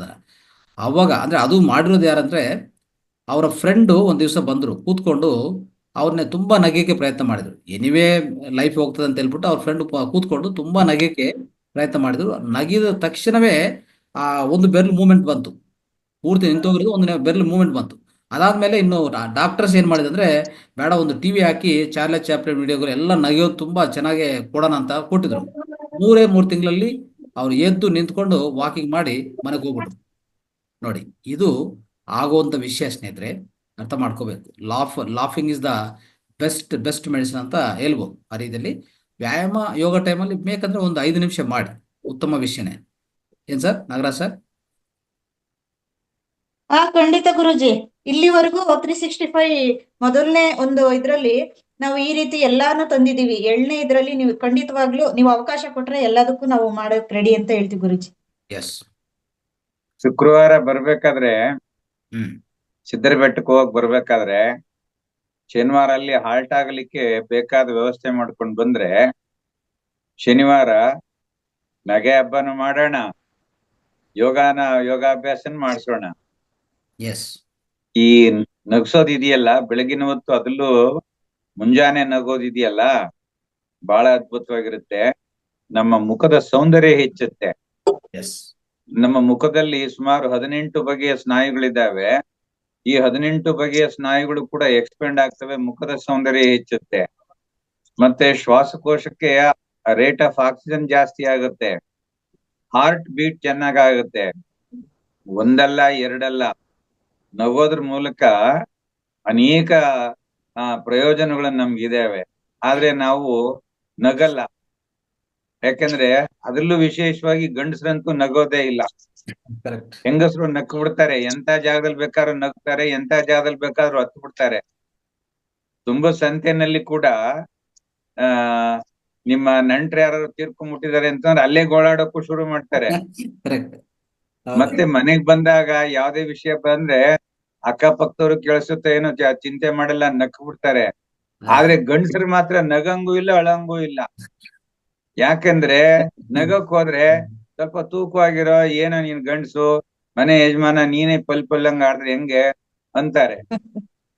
ಅಪ್ಪ ಸತ್ತೋಗಿದ್ದಾನೆ, ಅಳ್ಬೇಕು ಅಂದ್ರೆ ಅಳ್ಸಕ್ ಬಿಡಲ್ಲ. ಯಾಕಂದ್ರೆ ನೀನ್ ಹೇಳ್ತಾ ಕೂತ್ಕೊಂಡ್ರೆ ಹೆಂಗಸ್ರಂಗೆ, ಹೆಂಗಪ್ಪ ನಿನಗೆ ಜವಾಬ್ದಾರಿ ಇದೆ, ಅದನ್ನ ನೋಡು. ಈ ಮುಂಡೆ ಗಂಡಸರಿಗೆ ಸ್ವತಂತ್ರವಾಗಿ ನಗಂಗೂ ಇಲ್ಲ, ಸ್ವತಂತ್ರವಾಗಿ ಅಳೋ ಹಾಗೂ ಇಲ್ಲ. ಎಲ್ಲವನ್ನ ತುಂಬಿಟ್ಕೋಬೇಕು, ಎಲ್ಲವನ್ನ ತನ್ನೊಳಗಡೆನೆ ತುಂಬಿಟ್ಕೋಬೇಕು. ಅದಕ್ಕೆ ಎಲ್ಲರ ಮನೆಗಳಲ್ಲಿ ಗಂಡಸರ ಫೋಟೋಗಳಿಗೆ ಹಾರ ಹಾಕಿರೋದು. ಅದೇ ಸರ್, ರಿಸರ್ಚ್ ಹೇಳುತ್ತೆ ಹೆಂಗಸರಿಗೆ ಜಾಸ್ತಿ ಹಾರ್ಟ್ ಅಟ್ಯಾಕ್ ಆಗಲ್ವಂತೆ, ಗಂಡಸರಿಗೆ ಅಂತ ಆಗೋದೇ ಇಲ್ಲ. ಹೌದು ಹೌದು, ನಾನು ಅದೇ ಹೇಳಕ್ಕೆ ಪ್ರಯತ್ನ ಮಾಡ್ತಾ ಇದ್ದೆ. ಗಂಡಸರಲ್ಲಿ ಜಾಸ್ತಿ ಹಾರ್ಟ್ ಅಟ್ಯಾಕ್ಸ್ ಆಗಿದೆ ಸರ್ ಈ ಮಧ್ಯದಲ್ಲಿ. ಅದಕ್ಕೆ ಸಾಮಾನ್ಯವಾಗಿ ಶುಗರ್ ಆಗ್ಬೋದು, BP ಆಗ್ಬೋದು, ಪೈಲ್ಸ್ ಆಗ್ಬೋದು, ಕಾನ್ಸ್ಟಿಪೇಷನ್ ಆಗ್ಬೋದು, ಮತ್ತೆ ಸ್ಟ್ರೆಸ್ಸು, ಇವೆಲ್ಲವೂ ಕೂಡ ಬರ್ತಾ ಇರೋದೇನೆ ಗಂಡಸರಿಗೆ. ಸೊ ಇಲ್ಲಿ ಬಹಳ ಕಡಿಮೆ ಜನ, ಹೆಂಗಸರಿಗೂ ಬರುತ್ತೆ. ಯಾರು ಸ್ವಲ್ಪ ಉನ್ನತ ಮಟ್ಟದ ಅಧಿಕಾರದಲ್ಲಿದ್ದು ಈ ಡಿಪಾರ್ಟ್ಮೆಂಟ್ ಅಲ್ಲಿ ಯಾರಿಗೆ ಸ್ಟ್ರೆಸ್ ಕೊಡ್ತಾ ಹೋಗ್ತಾರೆ ಅಂತವ್ರಿಗೆ ಜಾಸ್ತಿ ಈ ಸಮಸ್ಯೆಗಳು ಬರುತ್ತೆ. ಸೊ ಆದ್ರಿಂದ ಇದೆಲ್ಲದ್ರಿಂದ ನಾವು ಈಚೆ ಬರ್ಬೇಕು ಅಂತ ಹೇಳಿದ್ರೆ ಸ್ವತಂತ್ರವಾಗಿ ನಗಬೇಕು. ಇನ್ನೇನು ಮಾಡ್ತಿದ್ರು ಚಿಂತಿಲ್ಲ, ಚೆನ್ನಾಗ್ ನಗಬೇಕು. ಇಲ್ಲಿ ಈ ನಗೋದೇ ಒಂದ್ ದೊಡ್ಡ ಸಮಸ್ಯೆ ಆಗ್ಬಿಟ್ಟಿದೆ. ಹಾಗಾಗಿ ನೀವು ಹೇಳ್ದಂತ ಕೆಲವು ವಿಷಯಗಳು ನಮ್ಮೆಲ್ಲರ ಜೀವನದಲ್ಲಿ ಅಳವಡಿಸ್ಕೋಬೇಕಾಗಿರುವಂತವು. Yes sir, yes sir, thank you sir, thanks for ನಾಗರಾಜಣ್ಣ, ಇವತ್ತು ಹೇಳಿ. ಈ ಎಲ್ಲಾ ವಿಚಾರಗಳನ್ನ ನಾನು ಮಧ್ಯ ಮಧ್ಯದಲ್ಲಿ ಸ್ವಲ್ಪ ಗಮನಿಸ್ಕೊಳಕ್ ಅವಕಾಶ ಆಯ್ತು. ನಾನು ವಿಡಿಯೋ ಗ್ಯಾಲರಿಯಲ್ಲಿ ನೋಡ್ತಾ ಇದ್ದೀನಲ್ಲ, ಇವತ್ ನಂಗ್ ರಂಗನಾಥ್ ಅಣ್ಣ ಅವರು ತುಂಬಾ ಚೆನ್ನಾಗಿ ನಗ್ತಾ ಇದ್ದಾರೆ. ಅವ್ರ ಅಷ್ಟು ಹಲ್ ಬಿಟ್ಟು ನಕ್ಕಿರೋದನ್ನ ನಾನ್ ನೋಡಿರೋದು ತುಂಬಾ ಕಡಿಮೆ. ಇವತ್ತು ಅಷ್ಟು ಹಲ್ ಬಿಟ್ಟು ನಕ್ಕಿರೋದನ್ನ ನಾನ್ ನೋಡ್ದೆ ಇವತ್ತು. ಈ ತುಮಕೂರಿನಲ್ಲಿ ನಾಗರಾಜರಾವ್ ಅಂತ ಇದ್ರು ಒಬ್ರು, ನಮ್ಮ ಯೋಗ ಸಮಿತಿನಲ್ಲಿ ಬೌದ್ಧಿಕ ತರಗತಿ ತಗೊಳ್ಳೋರು. ಹೌದು ಹೌದು, ನೆನ್ಪಿದೆ. ಸಿದ್ದರ ಬೆಟ್ಟದಲ್ಲಿ ಮಕ್ಕಳ ಶಿಬಿರ, ಆತ್ಮಾನುಸಂಧಾನ ಶಿಬಿರಗಳಲ್ಲಿ ಅವರು ಭಾಗವಹಿಸ್ತಾ ಇದ್ರು. ತುಮಕೂರಿನಲ್ಲಿ ಇದ್ದಾರೆ, ಸಾಫ್ಟ್ವೇರ್ ಇಂಜಿನಿಯರ್, ತುಂಬಾ ಸಣ್ಣಕ್ಕೆ ಒಂದಿಷ್ಟೇ ಉದ್ದಕ್ಕೆ ಸಣ್ಣಕ್ಕಿದ್ದಾರೆ. ಅವರು ಸ್ಪೀಚ್ ನಿಂತ್ಕೊಂಡ್ರೆ ಸಿಕ್ಕಾಬಟ್ಟೆ ನಗಿಸೋರು. ಎಷ್ಟ್ರ ಮಟ್ಟಿಗೆ ನಗಿಸ್ತಿದ್ರು ಅಂತಂದ್ರೆ ಅವ್ರ ಮಾತಿಗೆ ಬಿದ್ದು ಬಿದ್ದು ನಗಬೇಕು, ಆ ರೀತಿ ನಗ್ಸೋರು. ತಾವ್ ಮಾತ್ರ ನಗ್ತಿರ್ಲಿಲ್ಲ, ಬಿಮ್ಮನೆ ಬಿಗಿದ್ಕೊಂಡ್ ಕೂತ್ಕೊಂಡಿರೋರು, ಮಾತಾಡ್ಬಿಡೋರು. ನಾವು ಕೂತಿದ್ದು ಜಾಗದಲ್ಲಿ ಉಳ್ಳಾಡ್ಬೇಕು ನಗುವಾಗ, ಒಂದು ತಮಾಷೆಯ ಶಬ್ದಗಳನ್ನ ಬಳಸೋರು. ಅವ್ರು ಮಾತ್ರ ಸುಮ್ಮನೆ ಸೈಲೆಂಟ್ ಆಗಿ ಕೂತಿರೋರು. ನಾನೊಂದ್ಸತಿ ಪರ್ಸನಲ್ ಆಗಿ ಉಪಹಾರ ಮಾಡುವಾಗ ಕೇಳ್ದೆ, ಅಣ್ಣವ್ರೆ ನೀವೆಲ್ರನ್ನೂ ನಗಿಸ್ತೀರಿ, ನೀವ್ ಮಾತ್ರ ಯಾಕೆ ನಗಲ್ಲ ಅಂತ. ನಾನ್ ನಗಲ್ಲ ಅಂತ ನಿಮ್ಗೆ ಯಾರು ಹೇಳಿದ್ರು ಅಂದ್ರು. ಅವರು ಅಂತರದಲ್ಲಿ ನಗ್ತಾ ಇರ್ತಾರೆ. ಆಮೇಲೆ ನಾವು ಯಾವಾಗ್ಲೂ ಒಂಥರ ಎಲ್ಲ ಬಿಗಿದ್ಕೊಂಡ್ ಕೂತಿರ್ತೀರಲ್ಲ ಅಂತಂದೆ. ಇಲ್ಲ, ನಾನು ಒಳಗೆ ನಗ್ತಾ ಇರ್ತೀನಿ, ನಿಮಗ್ ಕಾಣಿಸಲ್ಲ ಅಷ್ಟೇ. ಸೊ ಹೀಗೆ ಈ ನಗೋದ್ರಲ್ಲಿ ಒಳಗೆ ನಗೋದು ಇದೆ. ನಮ್ಮ ಕಾಲೇಜ್ ಪ್ರಿನ್ಸಿಪಾಲ್ರೊಬ್ರು ಗದ್ದೆಲಿಂಗಯ್ಯ ಅಂದ್ಬಿಟ್ಟು ಒಬ್ರು ಇದ್ರು. ಅವರು 5 ರೂಪಾಯಿ ನಗು, 10 ರೂಪಾಯಿ ನಗು, 20 ರೂಪಾಯಿ ನಗು, 100 ರೂಪಾಯಿ ನಗು ಅಂತೇಳಿ ನಗುವಿನಲ್ಲಿ ವಿಧವಾದ ನಗೆಗಳನ್ನ ಪ್ರದರ್ಶನ ಮಾಡಿಸೋರು ಒಂದೊಂದ್ಸತಿ ಸಭೆ ಸಮಾರಂಭಗಳಲ್ಲಿ. ಹೌದು. ಸೊ ಹೀಗೆ ಕೆಲವರು ನೋಡಿ, ಈಗ ಮಲ್ಲಪ್ಪನವ್ರು ನಗ್ತಾ ಇರೋದು 10 ರೂಪಾಯಿ ನಗು, ಲಕ್ಷ್ಮೀಕಾಂತಮ್ಮನವ್ರು ನಗ್ತಾ ಇರೋದು, ಅಲ್ಲ ಲಕ್ಷ್ಮೀ ದೇವಿ ಅವ್ರು ನಗ್ತಾ ಇರೋದು ಒಂದ್ 5 ರೂಪಾಯಿ ನಗು. ಇಲ್ಲಿ ನಗುವಾಗ ನಮ್ಮ ಹಾರ್ಟ್ ಕುಣಿಬೇಕು, ಹೌದು, ನಮ್ಮ ಲಂಗ್ಸ್ ಬರ್ಬೇಕು, ನಮ್ಮ ಲಂಗ್ಸ್ ಶೇಕ್ ಆಗ್ಬೇಕು. ಹೌದು, ಆವಾಗ ಒಳಗಡೆ ಇರ್ತಕ್ಕಂಥ ಟಾಕ್ಸಿನ್ ಎಲ್ಲ ಈಚೆ ಬಂದ್ಬಿಡುತ್ತೆ. ಆ ಟಾಕ್ಸಿನ್ ಈಚೆ ಬರ್ಸೋದಕ್ಕೋಸ್ಕರ ನಾವ್ ಎಷ್ಟು ಕಷ್ಟ ಪಡ್ಬೇಕು. ಪ್ರಾಣಾಯಾಮ ಮಾಡುವಾಗ, ಯೋಗಾಸನಗಳನ್ನು ಮಾಡುವಾಗ ಸಾಕಷ್ಟು ಪ್ರಯತ್ನ ಮಾಡ್ಬೇಕು ನಾವು. ನೋಡಿ, ನಗೋದ್ರ ಮೂಲಕ ಖುಷಿಯಾಗಿ, ಕೆಲವ್ರು ನಗುವಾಗ ಇಡೀ ಶರೀರ ಕುಲುಕೊಂಡ್ ನಗ್ತಾರೆ, ಆ ರೀತಿ ನಗಬೇಕು. ನಗೋದ್ರಲ್ಲಿ ಯಾವುದೇ ರೀತಿಯ ಕಂಜೂಸ್ತನ ಮಾಡಬಾರ್ದು. ಅದಕ್ಕೂ ಏನ್ ಮಾಡೋದು ಅಂದ್ರೆ ಸರ್, ನಾವು ಈ ಅರ್ಧ ಗಂಟೆ ನಾವು ಮಾಡ್ತೀವಲ್ಲ ಯೋಗ ಪ್ರಾಣಾಯಾಮ, ಆ ಸಮಯದಲ್ಲಿ ಒಂದು 10 ಗಂಟೆ ಇದಕ್ಕೆ ನಿಗದಿಪಡಿಸಿದ್ರೆ 10 ನಿಮಿಷ ನಿಗದಿಪಡಿಸಿದ್ರೆ 10 ನಿಮಿಷದಲ್ಲಿ ಏನ್ ಮಾಡ್ಬೋದು, ಯಾವುದೇ ಒಂದು ಅಂದ್ರೆ ಒಂದು ಹಾಸ್ಯದ ಮುಖಾಂತರ ನಾವು ನಗೋನೋದು ಉತ್ಪನ್ನ ಮಾಡೋದು, ಇಲ್ಲ ಅಂದ್ರೆ ನಗೆಯೋಕ್ಕೋಸ್ಕರ ನಗೆಯೋದು, ಅಂದ್ರೆ ನಾರ್ಮಲ್ ಲಾಫಿಂಗ್ ಮಾಡ್ತಾರಲ್ಲ, 2 ರೀತಿಯಲ್ಲಿ ಮಾಡ್ಬೋದು. 2 ರೀತಿಯಲ್ಲಿ ಪ್ರಯತ್ನ ಮಾಡೋಣ ಅಂತ ನಾನು ಅನ್ಕೊಂಡಿದ್ದು. ಎಸ್ ಸನಗೌಡ, ನೀವು ಮಾತಾಡಿ. ಇನ್ನೊಂದೇನು ಅಂತ ಹೇಳಿದ್ರೆ, ನಗಲಿಕ್ಕೆ ಯಾವುದೇ ಸಾಧನ ಸಲಕರಣೆಗಳು ಬೇಕಾಗಿಲ್ಲ. ಅಳೋದಕ್ ಬೇಕು, ಅಳೋದಕ್ಕೆ ಸಂದರ್ಭಗಳು ಬೇಕು. ಸಂದರ್ಭ ಇಲ್ದೆ ಅಳೋದು ಬರುವುದಿಲ್ಲ. ನಗೋದಕ್ಕೆ ಯಾವ ಸಂದರ್ಭನೂ ಬೇಕಾಗಿಲ್ಲ. ಹೆಂಗ್ ಯಾವ ಕ್ಷಣದಲ್ಲಿ ನಗಬೇಕು ಇವಾಗ ಅಂತಂದಾಗ ನಗಬಹುದು. ಆದ್ರಿಂದ ಸಾಧ್ಯವಾದಷ್ಟು ಯಾವುದೇ ಸಾಧನ ಸಲಕರಣೆಗಳು ಇಲ್ಲದೆ ನಗೋದಕ್ಕೆ ಪ್ರಯತ್ನ ಮಾಡ್ಬೇಕು. ನಗೆ ಪಾಟಲ ಆಗ್ಬಾರ್ದು. ಅಂದ್ರೆ ನಮ್ಮ ಕೆಲವು ಕ್ರಿಯೆಗಳು ಬೇರೆಯವ್ರಿಗೆ ನಗೆಗೀಡಾಗಬಾರ್ದು. ನಾವು ಸದಾ ನಗ್ತಾ ಇರ್ಬೇಕು.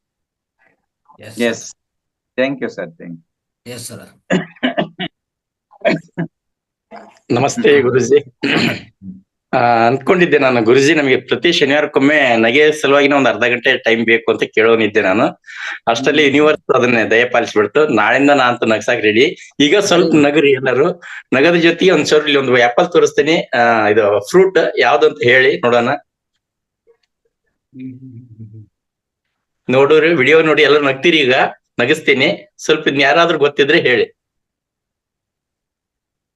ಲಕ್ಷ್ಮಣ ಫಲ ಇರ್ಬೋದಾ? ರಾಮಫಲ ಗುರುಜಿ.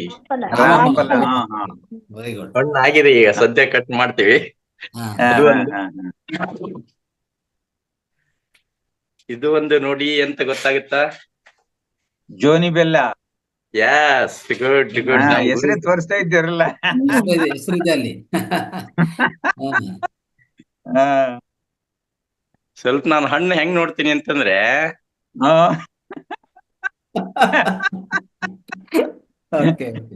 Very good. ಜೋರಾಗಿ ನಗಕ್ಕೆ ನಿಮ್ ಮುಖ ಹಿಂಗ್ ಮಾಡಿದ್ರೆ ಸಾಕಪ್ಪ. ಇದು ನಮ್ಮ ಬ್ರಹ್ಮಾನಂದ ಮಾಡ್ತಾರ ತೆಲುಗಲ್ಲಿ ಸರ್. ಬ್ರಹ್ಮಾನಂದ ಅಂತ ಇದಾರೆ, ಬ್ರಹ್ಮಾನಂದ ಅವ್ರು ಇದೇ ರೀತಿಯಲ್ಲಿ ಮಾಡೋದು. ನಮ್ಮ ಸಣ್ಣಗೌಡರು ಅದಕ್ಕೆ ರೆಡಿ ಇದ್ದಾರೆ, ಸಿದ್ಧವಾಗಿದ್ದಾರೆ. ಸೊ ತುಂಬಾ ಎಲ್ಲ ಸರಿ ಜೋರಾಗಿ ಚಪ್ಪಲ್. ಇವರು ನಮ್ಗೆ ಅಂದ್ರೆ ಮೂಲಭೂತ ಕಾರಣ ಆಗ್ತಾರೆ ನಗುವಿಗೆ. ಅಭಿನಂದನೆಗಳು ಗುರುಜಿ ಅವಕಾಶಕ್ಕಾಗಿ. S S. ಇದು ನಾಳೆಯಿಂದ ಶುರು ಮಾಡಿ ಸಣ್ಣಗೌಡ್ರೆ. 5 ನಿಮಿಷ 10 ನಿಮಿಷ ಎಷ್ಟು ಬೇಕೋ ತಗೊಳ್ಳಿ. ಮಿಕ್ಕಿದ 20 ನಿಮಿಷ ಯೋಗಾಸನ ಮಾಡಿಸಿ ಒಂದ್ ದಿವಸ, ಇಲ್ಲಾಂದ್ರೆ ಒಂದ್ ದಿವಸ ಪ್ರಾಣಾಯಾಮ ಮಾಡಿ, ಇಲ್ಲ 2 ಮಿಕ್ಸ್ ಮಾಡ್ತೀರಾ, ಅದು ಮಾಡೋ ನೀವು ಡಿಸೈಡ್ ಮಾಡ್ಕೊಳ್ಳಿ. ಆದ್ರೆ ಒಂದು 10 ನಿಮಿಷ 5 ನಿಮಿಷ ಇದಕ್ಕೂ ನಿಗದಿಪಡಿಸಿದ್ರೆ, ನಿರ್ಧಾರ ಮಾಡ್ಕೊಂಡ್ರೆ ತುಂಬಾ ಉತ್ತಮ ಫಲಿತಗಳು ಸಿಗುತ್ತೆ. ಧ್ಯಾನ ತುಂಬಾ ಆಳವಾದ ಧ್ಯಾನ ಸಿಗತ್ತೆ ಅವ್ರಿಗೆ. ಮತ್ತೆ ಸಣ್ಣಗೌಡ್ರು ಶುಕ್ರವಾರ ಶನಿವಾರ 2 ದಿವಸನು ಹಸುಗಳಿಗೆ ಸಾಕಷ್ಟು ಹುಲ್ಲು ಅದೆಲ್ಲ ತಂದಿಟ್ಬಿಟ್ಟು ಹಾಲ್ ಕರಿಯಕ್ಕೂ ಎಲ್ಲ ವ್ಯವಸ್ಥೆ ಮಾಡ್ಬಿಟ್ಟು ರೆಡಿಯಾಗಿ ಬರ್ಬೇಕು. ಇಲ್ಲ 2 ದಿವಸ ಆಗಲ್ಲ ಗುರುಜಿ, ಒಂದಿನ ಬರುವುದಷ್ಟೇ. ಒಂದ್ ದಿವಸ ನೀವು ಬಂದ್ರೆ ಮತ್ತೆ ಸಾಟರ್ಡೆ ಬನ್ನಿ. ಓಕೆ, ಅದೇ ಒಂದ್ ದಿವಸ ಬರ್ಬೋದು ಗುರುಜಿ. ಸಾಟರ್ಡೆ ಬನ್ನಿ, ಫ್ರೈಡೆ ಬರಕ್ ಆಗಿಲ್ಲ ಅಂದ್ರೆ.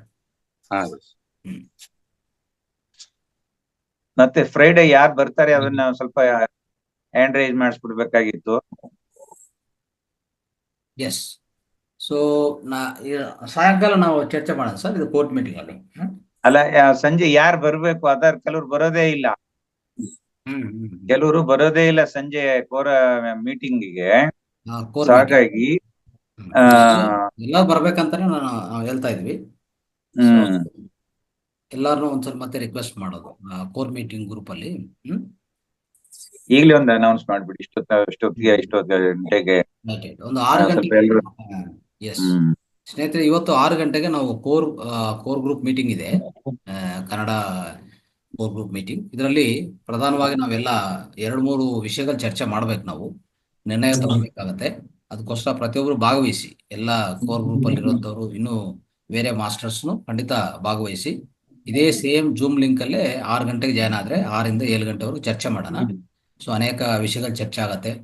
ಇನ್ನು ನಮ್ಮ ಸಂಸ್ಥೆಯಿಂದ ಇನ್ನೂ ಒಳ್ಳೆ ಕಾರ್ಯಕ್ರಮಗಳು ಏನ್ ಮಾಡೋದು, ಒಳ್ಳೆ ಸೇವೆ ಅನ್ನೋದು ಇನ್ನೂ ಹೆಚ್ಚಾಗಿ ಮಾಡಕ್ಕೆ ಏನು ಅವಕಾಶ ಸಿಗುತ್ತೆ ಅದೆಲ್ಲ ಚರ್ಚೆ ಮಾಡಿ ಸ್ವಲ್ಪ ನಿರ್ಧಾರಗಳು, ಅಂದ್ರೆ ಸಿದ್ರಬೆಟ್ಟ ಆಗ್ಲಿ ಮತ್ತೆ ಟಿವಿ ಶೂಟಿಂಗ್ ಆಗ್ಲಿ, ಇದ್ರ ಬಗ್ಗೆ ಜಾಸ್ತಿ ಚರ್ಚೆ ಇರುತ್ತೆ. ದಯವಿಟ್ಟು ಎಲ್ಲರೂ ಭಾಗವಹಿಸಿ, ನಿಮ್ಮ ಸಲಹೆ ಕೊಡಿ. ಮತ್ತೆ ಇನ್ನೊಂದು, ನೇರವಾಗಿ ಪ್ರತ್ಯಕ್ಷವಾಗಿ ಬಂದು ಭಾಗವಹಿಸಿ. ಯಾವುದೇ ರೀತಿಯಲ್ಲಿ ಇನ್ನೂ ಹಿಂಜರಿಕೆ ಬೇಡ. ಓಕೆ, ಸೇವೆ ಅನ್ನೋದು ಜೀವನದಲ್ಲಿ ಪ್ರತಿಯೊಂದು ದಿವಸ ಎಷ್ಟೊಂದು ಸೇವೆ, ಎಷ್ಟೊಂದು ಸಮಯ ನೀವು ಈ ನಿಸರ್ಗ ಕೊಡ್ತಾ ಇರ್ಬೇಕು. ನಿಮ್ಗಂತೂ ಒಂದು 22 ಗಂಟೆ ಇಟ್ಕೊಳ್ಳಿ, 1 ಗಂಟೆ ಧ್ಯಾನ ಕೊಡಿ, 1 ಗಂಟೆ ಸೇವೆ ಕೊಡಿ. ಏನಾಗತ್ತೆ ಅವಾಗ ನಿಮ್ಮ ಬ್ಯಾಂಕಲ್ಲಿ ಈ ಸೇವೆ ಅಂತ ಈ ಮೂಲಕ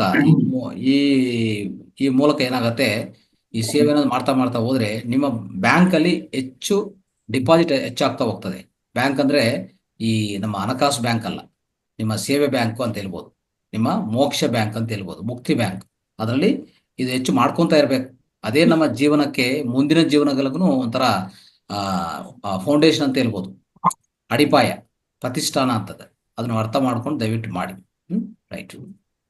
ನಾವು ಸೇವೆಯನ್ನ ಎಷ್ಟು ಮಟ್ಟಿಗೆ ನಾವು ಮಾಡ್ತಾ ಹೋಗ್ತೀವಿ, ಅಷ್ಟು ನಮ್ಮ ಪೂರ್ವ ಜನ್ಮದ ಆ ಕರ್ಮದ ಫಲಗಳು ಕ್ಷೀಣವಾಗ್ತಾ ಹೋಗುತ್ತೆ.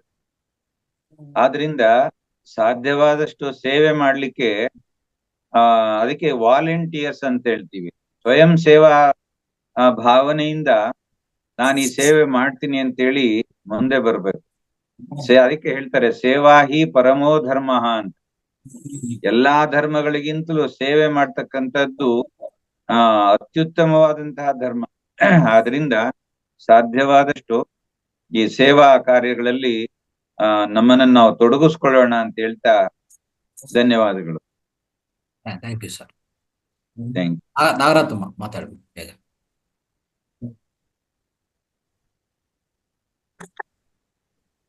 ನಮಸ್ತೆ ಗುರೂಜಿ. ನಮಸ್ತೆ. ನಮಸ್ತೆ. ಈ ದಿನದ ವಿಷಯ ತುಂಬಾನೇ ಅದ್ಭುತವಾಗಿತ್ತು ಗುರೂಜಿ. ಅವ ಹಣಕಾಸು ಖರ್ಚು ಮಾಡ್ದೇನೆ ಯಾವುದೇ ಒಂದು ಫೀಸ್ ಇಲ್ದೇನೆ ಕೊಂಡ್ಕೊಳ್ಬಹುದಾದಂತ ಔಷಧ ಅಂದ್ರೆ ನಗು. ಮನುಷ್ಯನಿಗೆ ಯಾವುದೇ ಫೀಸ್ ಕೊಡೋಂಗಿಲ್ಲ. ಬೇರೆ ಟಾನಿಕ್ ಔಷಧಿ ಮಾತ್ರೆಗಳೆಲ್ಲ ತಗೋಬೇಕಾದ್ರೆ ಮೆಡಿಕಲ್ ಸ್ಟೋರ್ ನಾವು ದುಡ್ಡು ಕೊಟ್ಟು ತಗೋಬೇಕು. ಇದನ್ನ ನಮ್ಮ ಆತ್ಮದಲ್ಲಿ, ನಮ್ಮ ಮನುಷ್ಯರಲ್ಲಿ, ನಮ್ಮ ಅಕ್ಕಪಕ್ಕದವರಿಂದ ಎಲ್ಲರೂ ನಾವು ತಗೋಬಹುದು, ಅಕ್ಕಪಕ್ಕದವ್ರು ಕೊಡ್ಬಹುದು. ನಾವು ದುಡ್ಡು ತಗೊಳಂಗಿಲ್ಲ, ದುಡ್ಡು ಆತರ ಒಂದು ಒಳ್ಳೆ ಔಷಧಿ ಅಂದ್ರೆ ನಗು. ನಗುವುದೇ ಒಂದು ನಗಿಸುವುದು ಪರಧರ್ಮ. ಆತರ ನಾವು ನಗುವುದನ್ನ ಕಲ್ತ್ಕೋಬೇಕು ಮತ್ತೆ ಕಲಿಸ್ಬೇಕು. ಅದ್ರ ಬಗ್ಗೆ ನೀವು ತುಂಬಾ ವಿಶದವಾಗಿ ಹೇಳ್ಕೊಟ್ಟಿದ್ದೀರಾ. ತುಂಬಾ ಅದ್ಭುತ ವಿಷಯ ಗುರೂಜಿ.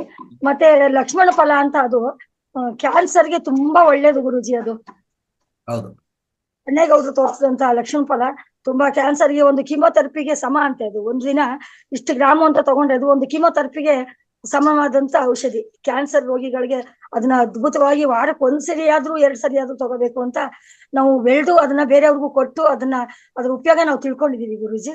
ಅದ್ರ ಬಗ್ಗೆ ನೀವು ಬೇರೆಯವ್ರಿಗೆ ನಾನು ತಿಳಿಸ್ಬೇಕು ಅನ್ನಿಸ್ತಿತ್ತು. ಮಾಹಿತಿ ನನಗೆ ಗೊತ್ತಿದೆ ನಿಮ್ಮ ಗುರೂಜಿ. ಅದಕ್ಕೆ ತುಂಬಾ ಧನ್ಯವಾದಗಳು. ಅವಕಾಶ ಕೊಟ್ಟಿದ್ದಕ್ಕೆ ಧನ್ಯವಾದ ಗುರೂಜಿ. Thank you. ಲಕ್ಷ್ಮೀಕಾಂತಮ್ಮ ಕೊನೆಯದಾಗಿ ಮಾತಾಡಿ. ಅದೇ ನಾನು ಅದು ಲಕ್ಷ್ಮಣ್ ಫಲ್ ಅಂತ ಹೇಳಕ್ ಹೋಗಿದ್ದೆ. ತುಂಬಾ ಚೆನ್ನಾಗಿರುತ್ತೆ, ಬೀಜಗಳು ಕಮ್ಮಿ, ಸೀಸನಲ್ ಫ್ರೂಟ್. ಅದು ಮಾರ್ಕೆಟ್ ಅಲ್ಲಿ ಸಿಗುತ್ತೆ. ನಮ್ಮ ಚಿಕ್ಕಪೇಟೆ ರೈಲ್ವೆ ಸ್ಟೇಷನ್ ಹತ್ರ ಚೀಪ್ ಆಗಿ ಸಿಗುತ್ತೆ. ಮಾರ್ಕೆಟ್ ಒಳಗಡೆ ಹೋದ್ರೆ ತುಂಬಾ ಕಾಸ್ಟ್ಲಿ ಅದು. ಇದು ಕ್ಯಾನ್ಸರ್ಗೆ ಮತ್ತೆ ಬೇರೆ ಬೇರೆ ಕಾಯಿಲೆಗಳಿಗೆ ಅದು ಔಷಧಿ ಅಂತಾನು ನಾನು ಕೇಳಲ್ಪಟ್ಟಿದ್ದೆ. ತುಂಬಾ ಟೇಸ್ಟಿ ಆಗಿರುತ್ತೆ ಸರ್. ಆಮೇಲೆ ನಗೋದ್ರ ಬಗ್ಗೆ ಒಂದು ಚಿಕ್ಕ ಇದು ಸರ್, ಇದೇ ಗಾದೆನೇ ಇದೆ, ನಗಬೇಕು ನಗಿಸಬೇಕು ಅದೇ ನಮ್ಮ ಧರ್ಮ, ನಗಲಾರೆ ಅಳುವೆ ಎಂದರೆ ಅದು ನಿಮ್ಮ ಕರ್ಮ ಅಂತ.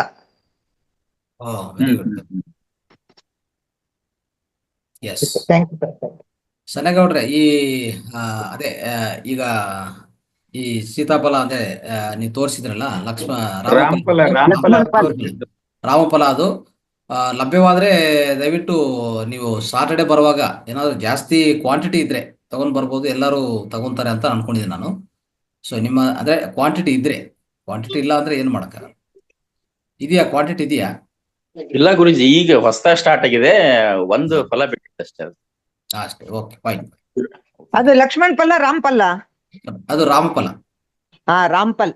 ರಾಮ್ಫಲ್ ಅದೇ ತರ ಲಕ್ಷ್ಮಣ್ ಫಲ್ ಇನ್ನೂ ದೊಡ್ಡದಾಗಿರುತ್ತೆ. ಅದು ಹಸಿರು ಕಲ್ಲರೇ, ಸ್ವಲ್ಪ ಮೆತ್ತಗಾಗ್ಬೇಕು. ತುಂಬಾ ಮೆತ್ತಗಾಗಕ್ ಬಿಟ್ರೆ ಅಂಟಂಟು ಬಂದ್ಬಿಡುತ್ತೆ, ತಿನ್ನಕ್ಕಾಗಲ್ಲ. ಅದು ತುಂಬಾ ಚೆನ್ನಾಗಿ ಸಿಗುತ್ತೆ. ಅದರದ್ದು ಬೀಜ ನಾನು ಇಟ್ಟಿದ್ದೀನಿ ಸರ್. ಅದು ಲಕ್ಷ್ಮಣ್ ಫಲ್ದು ಸಾಟರ್ಡೆ ಬಂದಾಗ ಬೇಕಾದ್ರೆ ನಾನು ತರ್ತೀನಿ. ಅದು ಲಕ್ಷ್ಮಣ್ ಫಲ್ದಿದೆ, ತಗೊಂಡ್ ಬನ್ನಿ. ಎಸ್, ತಗೊಂಬನ್ನಿ ಮೇಡಮ್, ಅವತ್ತು ನೋಡೋಣ. ಇದು ರಾಮ್ಫಲ, ಇದು ಕೂಡ ತುಂಬಾ ಟೇಸ್ಟ್. ಬೀಜನು ಕೂಡ ಬಹಳ ಚಿಕ್ಕದಿರುತ್ತೆ, ಕಡಿಮೆ. ಸೀತಾಫಲ್ಗಿಂತ ರಾಮ್ಫಲ್ಗಿಂತ ಲಕ್ಷ್ಮಣ್ ಫಲ್ ಅಲ್ಲಿ ಇನ್ನೂ ಕಮ್ಮಿ ಇರುತ್ತೆ. ಮೇಲೆ ತೊಗಟೆ ಈ ಹಲಸಿನಕಾಯಿದ ತರ ಬರುತ್ತೆ ಅಂತ ಕೇಳಿದ್ದೆ. ಹೌದು, ಸ್ವಲ್ಪ ಮುಳ್ಳ ತರ ಸ್ವಲ್ಪ. ಕ್ಯಾನ್ಸರ್ಗೆ ಭಾರಿ ಒಳ್ಳೇದು. ಅದು ತುಂಬಾ ಡಿಮಾಂಡ್ ಇದೆ. ಅದು ಮಾರ್ಕೆಟ್ ಅಲ್ಲಿ ಅಂತೂ ಕೇಳ್ತೀವಿ. ಯಾರಿಗೆ ಮೇಡಮ್ ಅಂತ ಕೇಳಿದ್ರು, ಸರಿ ಯಾರಿಗೋ ಅಂತಾನೆ ತಂದಿದ್ದು. ಅವರೇ ಹೇಳಿದಾಗ ನನ್ಗೆ ಗೊತ್ತಾಯ್ತು ಅದು ಕ್ಯಾನ್ಸರ್ಗೆ ತುಂಬಾ ಅದ್ಭುತವಾದ ಹಣ್ಣು ಅಂತೇಳಿ. ತುಂಬಾ ಡಿಮಾಂಡ್. ಇನ್ನೊಂದು ಕೇಳಿದ್ದೆ ಮೇಡಮ್, ಇರ್ಬಹುದಾ ಗುರುಜಿ? ನಾಗರಾಜ್ ಗುರುಜಿ ಏನಾದ್ರು ಐಡಿಯಾ ಇದಿರೋದು? ಹನುಮಫಲ, ಇದು ಹನುಮಫಲ ಅಂತ ಏನಾದ್ರು ಇದೀರಾ?